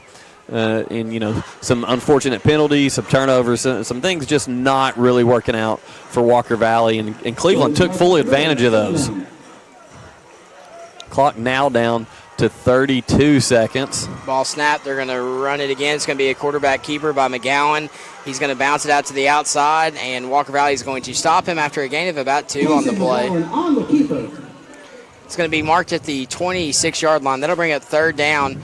Really could if they wanted it to be the last play of the game. Let's see what they decide to do, and they're going to line it up. So that will be your final. Cleveland 51, Walker Valley 23. A good fight by the Mustangs to get back into this football game, but Cleveland and their athletes just kind of were able to. Too much in the second half. Yeah, too much to handle there for the Mustangs in the second. So with that being said, we're going to let our stats roll in. We'll take about a 4-minute break. We'll get our stats and then hopefully get a interview with Coach Akins. Voitic Center for Orthopedic Care treats all orthopedic injuries, including neck and back pain. At Voitic Center for Orthopedic Care, insurance isn't a worry because they accept all insurances and can even get same-day appointments or even walk-ins. Digital x-rays are even on site. Voitic Center is also a certified concussion care specialist. Contact Dr. Voitic and his staff at 479-3600 for your appointment today. At First Horizon, we know if there's a win, there's a way. Our team is here to help every step of the way with personal, business, or private banking. Stop by and visit us at one of our locations in Cleveland or give us a call at 423-559-7660. At First Horizon, we look forward to finding a way. Pediatric Dentistry of Chattanooga, the dental office built for fun. From the moment your child walks in the door, they know they are somewhere special. Their awesome staff will make your kids want to visit their office. From the over-the-top safari theme to their state-of-the-art game room, your kids will have a blast at Pediatric Dentistry of Chattanooga. Dr. Esslinger, Dr. Blair, Dr. Newman, and Dr. Wilson are now accepting new patients. Call today at 476-2160 and they will be happy to get your child scheduled. Pediatric Dentistry of Chattanooga, 423-476-2160. Wright Brothers Construction Company Incorporated has over half a century of experience completing some of the most challenging projects across the Southeast, from moving millions of cubic yards of excavation in Alabama to spanning rivers in Virginia. Find out more at WBCCI.com. WBCCI.com. Wright Brothers Construction Company congratulates the student athletes and families of Walker Valley High School and says, "Go Mustangs!" Bradley Concrete and Lamcon Ready Mix is a family-owned business and has been serving Cleveland for 40 years. They work with customers large and small. Call Bradley Concrete at 423-479-4541 or visit lamcon.us to find out more. Imagine this, handheld pizza puffs filled with mozzarella cheese and pizza sauce, topped with buttery garlic drizzle, with either 3 herbs or pepperonis. Well, it's a reality. Little Caesar's Crazy Puffs. Pick them up at 3 locations, Paul Huff, Keith Street, or McGrady Drive, or order online. This is Dr. Brian Beard with the Center for Cosmetic Dentistry. Have you been told you don't have enough bone for dental implants? Mini implants might be your answer. We have been offering mini implants for over 20 years now to replace missing single teeth with crowns, denture stabilization, or even full mouth permanent porcelain that stays in the mouth and you do not take in and out. Mini dental implants change the way dentistry is performed today. Give us a call at 476-6541. It's time to come home to Jenkins Deli, Cleveland and Bradley County's heritage restaurant for over 40 years. The owners of Jenkins have raised the bar in food quality, expanded the bar menu with new seating, new televisions. And now Jenkins has a Sunday brunch. You have to try Jenkins' new barbecue, including smoked pork and brisket. Live music on the Jenkins patio every Friday from 5 to 8 p.m. Dinner specials. It's time to come home to Jenkins. Follow Jenkins Deli on Facebook. Attention, business owners and managers. Bring your team for team building to Leisure Time Bowling. Leisure Time Bowling offers your company or organization the chance to have fun together with bowling, great food, and a private meeting space. Research shows that team building leads to greater business success. Call Leisure Time Bowling to make your reservation at 728-2988. That's 728-2988 or ltbowling.com. Welcome back to WCLE, your exclusive home of Walker Valley football, supplied all season long by Wholesale Supply Group, open to the public. I'm Jacob Mason, joined by my good friend Andy Morris. Your final score, Cleveland 51, Walker Valley 23. Great game at halftime. Just kind of got away there from the Mustangs. A couple of mistakes led to Cleveland having a short field to drive down and score. But two really good football teams. Cleveland's got a very, very athletic, very talented football team. Got to clean some stuff up with the penalty department, the turnover department, but definitely could make a run at the 6A playoffs. And so can your Walker Valley Mustangs. Showed a lot of heart to be able to fight back. Definitely some things that they have to clean up as well. But everything is still in front of the Mustangs here as the season goes on. No, Jacob, you're absolutely right. Obviously, a big rivalry game, but this is a non-region game. Cleveland 6A, and I do expect them to be a playoff team this year and go deep into the playoffs, along with your Walker Valley Mustangs, a 5A team, coming in here and giving Cleveland a fit in the first half. As we said, the resilience to get, just really have it put on you 22-0, and then to be able to come back, take the lead in the game, and get yourself back in it. That's going to be something this team's going to learn from that situation, and they're going to learn, hey, we can't let it get out of hand after we do that. We can't be content at halftime. But fully expect this Walker Valley team to compete and probably win a region championship. Yeah, they're definitely going to have their hands full. It seems like Ray County is fighting strong down there across the river, but definitely everything full in sight. I love what this Walker Valley team has going for them. Again, just ran into a very tough Cleveland team tonight. No, you're absolutely right, Jacob. And real quick, let's go ahead and go on over to our post-game stats sponsored by Waste Connections. And you can visit them online at wasteconnections.com. So, again, a huge shout-out to Mr. Rob Varner, the statistician for Walker Valley football, who does a phenomenal job each and every week making sure that we are updated on our stats. The final stat line, Walker Valley, 8 of 15 passing for 91 yards is Dosen Stum, and rushing on the ground 29 attempts for only 61 yards. That was one of our keys of the game, Jacob. This offense had to be able to run the football with success and just not really able to get that going against a stout Cleveland front. Also, Javen Hall, 9 rushes for 41 yards. Spencer McCooch, 9 rushes for 22 yards. Then we had in the receiving category, Tate Roundtree, 3 receptions for 43 yards. Spencer McCooch, 2 receptions for 18 yards. Roman Yulo, only 1 reception for 18 yards. As every time he was targeted, it seemed like there was a penalty. So they wanted to take Roman out of the game and not let him be a factor at receiver. Javen Hall also had 1 reception, as well as Hudson McCooch. Both of those guys had 8 yards each on those receptions. Defensive side of the ball, Braylon Beard, 12 tackles, 2 tackles for loss. Good job from the sophomore defensively tonight, really getting all over the field. But who I'm going to go ahead and call this probably our Dell's Heating and Air Player of the Game. Number 2, Aiden Burns had 11 tackles, and plus the 47-yard fumble recovery, scoop and score touchdown. So Aiden Burns made some phenomenal plays on defense tonight, along with Michael Wood, who had an interception. So defensive side of the ball, Michael Wood also had 7 tackles. Gave up a couple big plays. The one that really felt like it turned this game back in Cleveland's favor was the long touchdown on a 3rd and long situation over here. I believe that was to Braylon Beard. Just beat him deep. Excuse me, not Braylon Beard. Hubbard. Braden Carroll. Oh, that was Hubbard. It was one of the 2. Okay, I was thinking either 5 or 2. I think it was 2. I think Braden Carroll, number 2. Yeah, my focus on that play was back in the backfield. Yeah. There was a Walker Valley player that was being brought to the ground. It looked to be like it could have been a holding penalty, but the flag stayed in the pocket. Just a well-executed play by the Raiders there. Yeah, so going over to Cleveland, they were 22 of 31 passing for 233 yards. That's really the difference. The time of possession in their favor, very much so as well. Getting guys into open spaces was a lot of success for Cleveland tonight. 37 rushes for 150 yards, a solid performance, mainly from Isaiah Davis running the football. Cleveland, though, accounted for 20 penalties for 182 yards. Ooh. That's something that, if you're Coach Tygard, you've got to get that fixed and corrected. Walker Valley, only 6 penalties for 43 yards, and that are your Waste Connections post-game stats. You can visit them online at wasteconnections.com.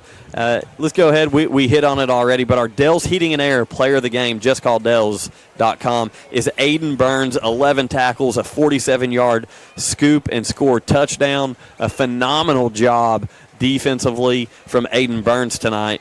And then our play of the game, also Aiden Burns, that scoop and score touchdown. So, and listen, we could also give that to Tate Roundtree for the touchdown, the long touchdown reception off the. I'll let you break it down again how that went, because you did a good job with that, Jacob. Yeah, Dawson Stum gets the ball in a route to Roman Yulo. Roman Yulo then turns around and pitch. Honestly, at this point, it was Spencer McCooch. He tossed it to Spencer. Tossed it to Spencer. Yep. Pitches it back to Roman. Roman pitches it back to Dawson Stum, and Dawson Stum delivers the dagger around the 5-yard line to number 10, Tate Roundtree. Again, that feels like a lifetime ago. This game has stretched on for a long time. It's nearing 10 o'clock. This game started at 7, so it was a heck of a battle from two powerhouses in their respective classes. So excited to see both of these teams make a run, hopefully late into November. Yeah, obviously, tons of media here tonight. We're going to hang around for a little bit, and hopefully we can get Walker Valley head football coach Drew Akins up here with us to do his post-game show as we try to track him down at the moment.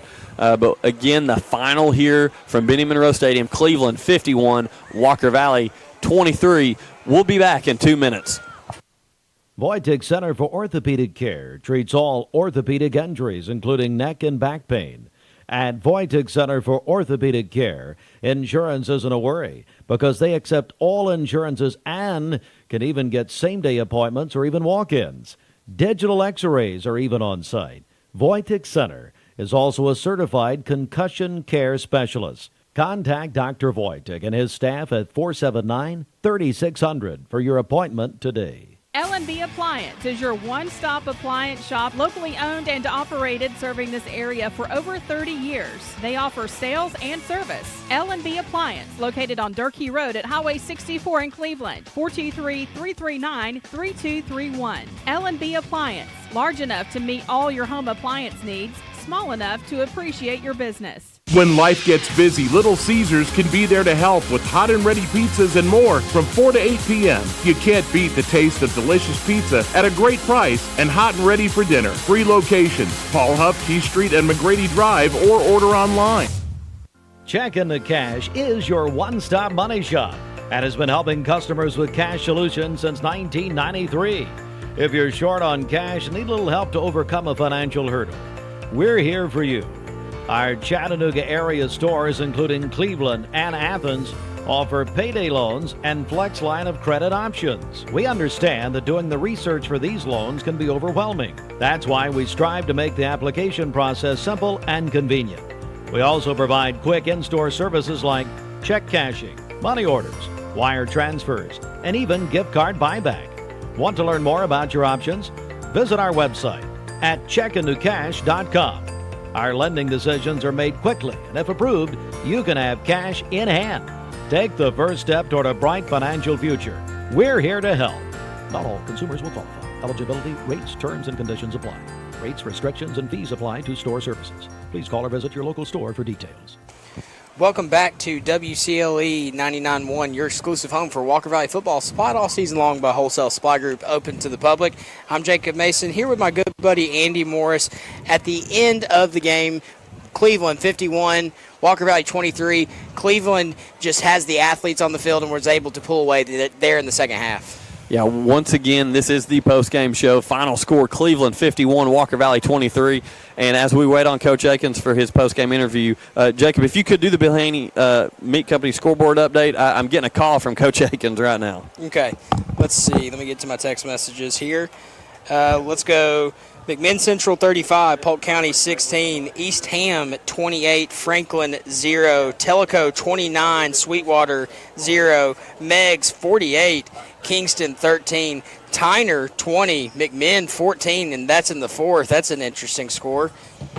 Let's see, Ray County 35, Knox Central 14.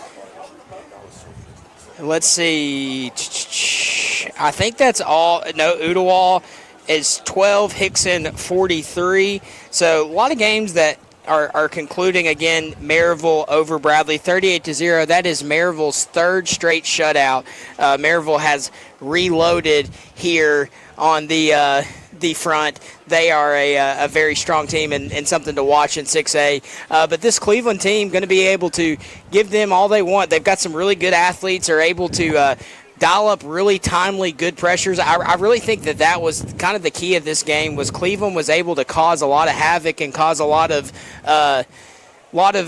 messes in the backfield for the Mustangs. So that is your Billy Haney Meat Company scoreboard update. We have Coach Akins joining us up here in the booth. I'm going to get his mic, Coach. Okay, good deal. Perfect, yeah. Speaking with the Cleveland High School radio team as they're shutting down shop over there, those guys, Terry Evans, they do a phenomenal job. Appreciate those guys. Greg Phillips as well. Great job covering Cleveland football over on Mix 104.1 as we get Coach Akins in here for his post-game interview.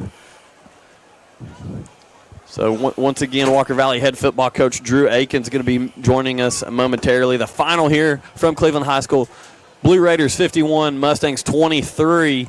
And Jacob's got you set up there, Coach, I think.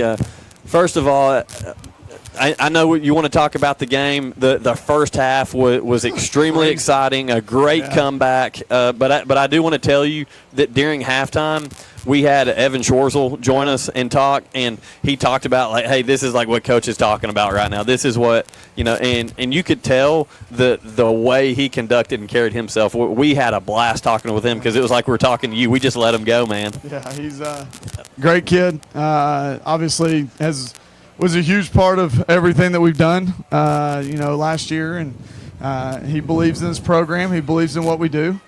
And I'm sure he echoed a lot of the things we were talking about.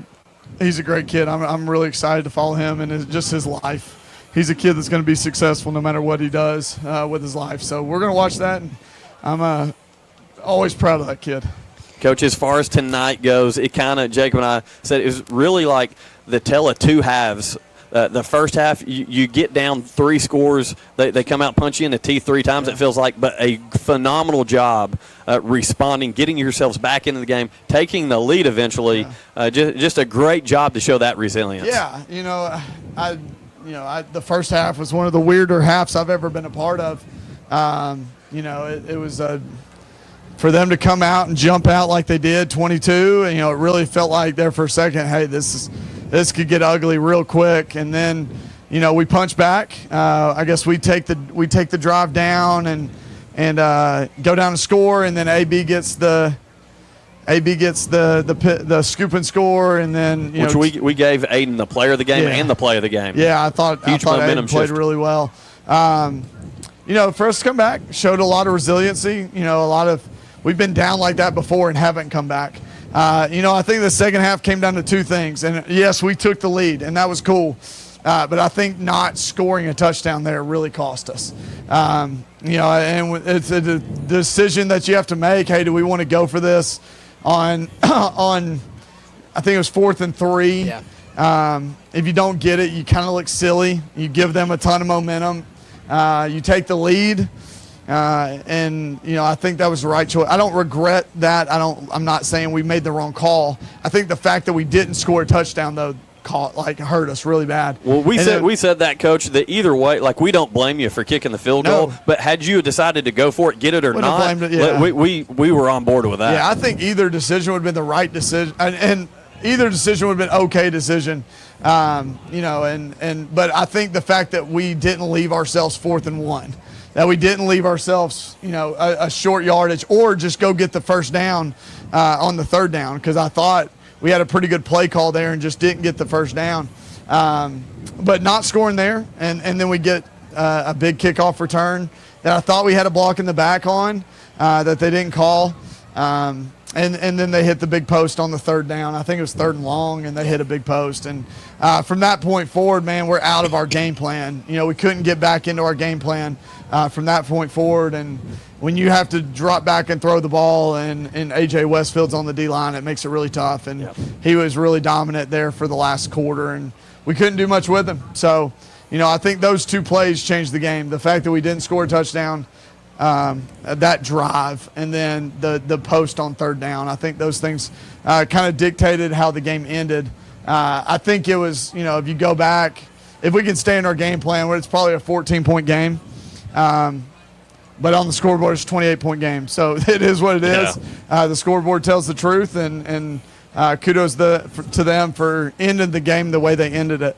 Yeah, Coach, not the result that you want, obviously, but we talked about this, the Walker Valley faithful showing up tonight. Honest to goodness, it felt like you had a 50-50 home environment kind of split. Just talk about the kind of impact they had in the game, because it seemed like they were super loud there in that second quarter, kind of driving you guys to be able to make that second push. Yeah, I mean, they were locked in. I thought our student section showed up and it was awesome. I think our band always shows up and shows out. They were loud. They really gave us a lot of energy there. Listen, I think it was a great atmosphere. I think we've talked about it. All three schools have created a really cool atmosphere for football. Friday nights are special in this area, and tonight was a really special Friday night. It was really cool, hard fought. I wish we could have finished the game stronger and made it a closer game in the end. But again, the game was better than the scoreboard says. But in the end, we've got to finish ball games better. We've got to find a way to finish games. It's one of those things that I think our kids will bounce back. I think our kids showed their willingness to bounce back, showing the start. They could have easily laid down there. So we'll bounce back. We got another big game next week that we're going to have to go over and be ready to play a really tough Bradley team. Yeah, you kind of took the question out of my mouth. You've had the emotional 3 weeks with playing all these people right down the street. You've got Polk County, Cleveland. Now we have to turn the page and flip to Bradley. What's your message going to be on Monday to the guys? Yeah, listen, my first message is we got to get healthy. I mean, honestly, we're banged up pretty good right now. We've got to get healthy. So we've got to be smart as coaches with how we handle the next few days. We got to make sure that we let our guys recover. It's going to be another emotional game, another hard fought game, another physical game. Bradley is not going to lay down. I don't know what they did tonight, and honestly, I don't want to know yet. But whatever they did, it doesn't matter. They're going to fight us, and they have a lot of pride in what they do. Coach Floyd I have a ton of respect for Coach Floyd and what he does. They're gonna have a game plan, and they're gonna come fight us. So we're gonna have to get healthy, get back recovered, and then go play a game. No doubt about it, Coach. Appreciate you joining us. Hey, one thing, the double reverse pass was pretty cool. It was awesome. Dude, Listen, that really was cool awesome. call. That's something, so just a thing for y'all. Co-play of the game, by the way. Co-play of the game. I'm sure we'll watch this Monday. We said all week, the first time we get on the right hash 35, we're going to call it. And, we got there, right hash 35. It took us a quarter and a half to get there. But first time we got there, I said, I'm calling it. And there was some discussion. I said, hey, man, scared money don't make money. That's it. That gave us a huge momentum boost there in the second quarter. But again, really proud of our guys for fighting back. Wish we could have finished stronger. But I think we can build off of it. I really do. And I think that's a super talented Cleveland team. No doubt about it. I don't want to take credit away from them either. They're a very talented team that's going to cause a lot of noise in their region. With Bearden, Maryville, them and Farragut and Bradley. That's going to be a tough, hard-fought region for who gets to host a home game there. Well, Coach, when we interviewed Evan, he said, we worked on trick plays all the time. He just never called one with me. We didn't need them with him. That's exactly what we told him. We didn't need them. We weren't down 22-0 very often with him. So, we work them all the time, and you just got to have the intestinal fortitude to call them, and it felt like that was the moment we needed to do that. So. Hey, tell you what, Coach, region championship still at play. Yeah. State title still at play. Yeah, bigger things ahead. Yeah, listen, we've got to move forward. Obviously, we want to win this game. We want to win these games. But this one's over. We don't get to replay it. So we move forward. There's things that we've got to cure up. I thought we did a really good job of protecting the football tonight. We did a much better job protecting, and that was been a focus for us.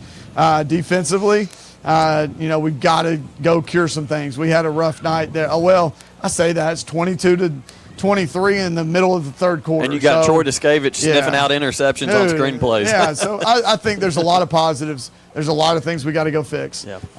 And we got another non-region game to go fix those things, and then we get into region play, and it really is going to matter where it comes to playoff seeding and those kind of things. So that's where it gets ultimate real. goal is still ahead of us. Number one goal is always to win the region. So we got to go do that.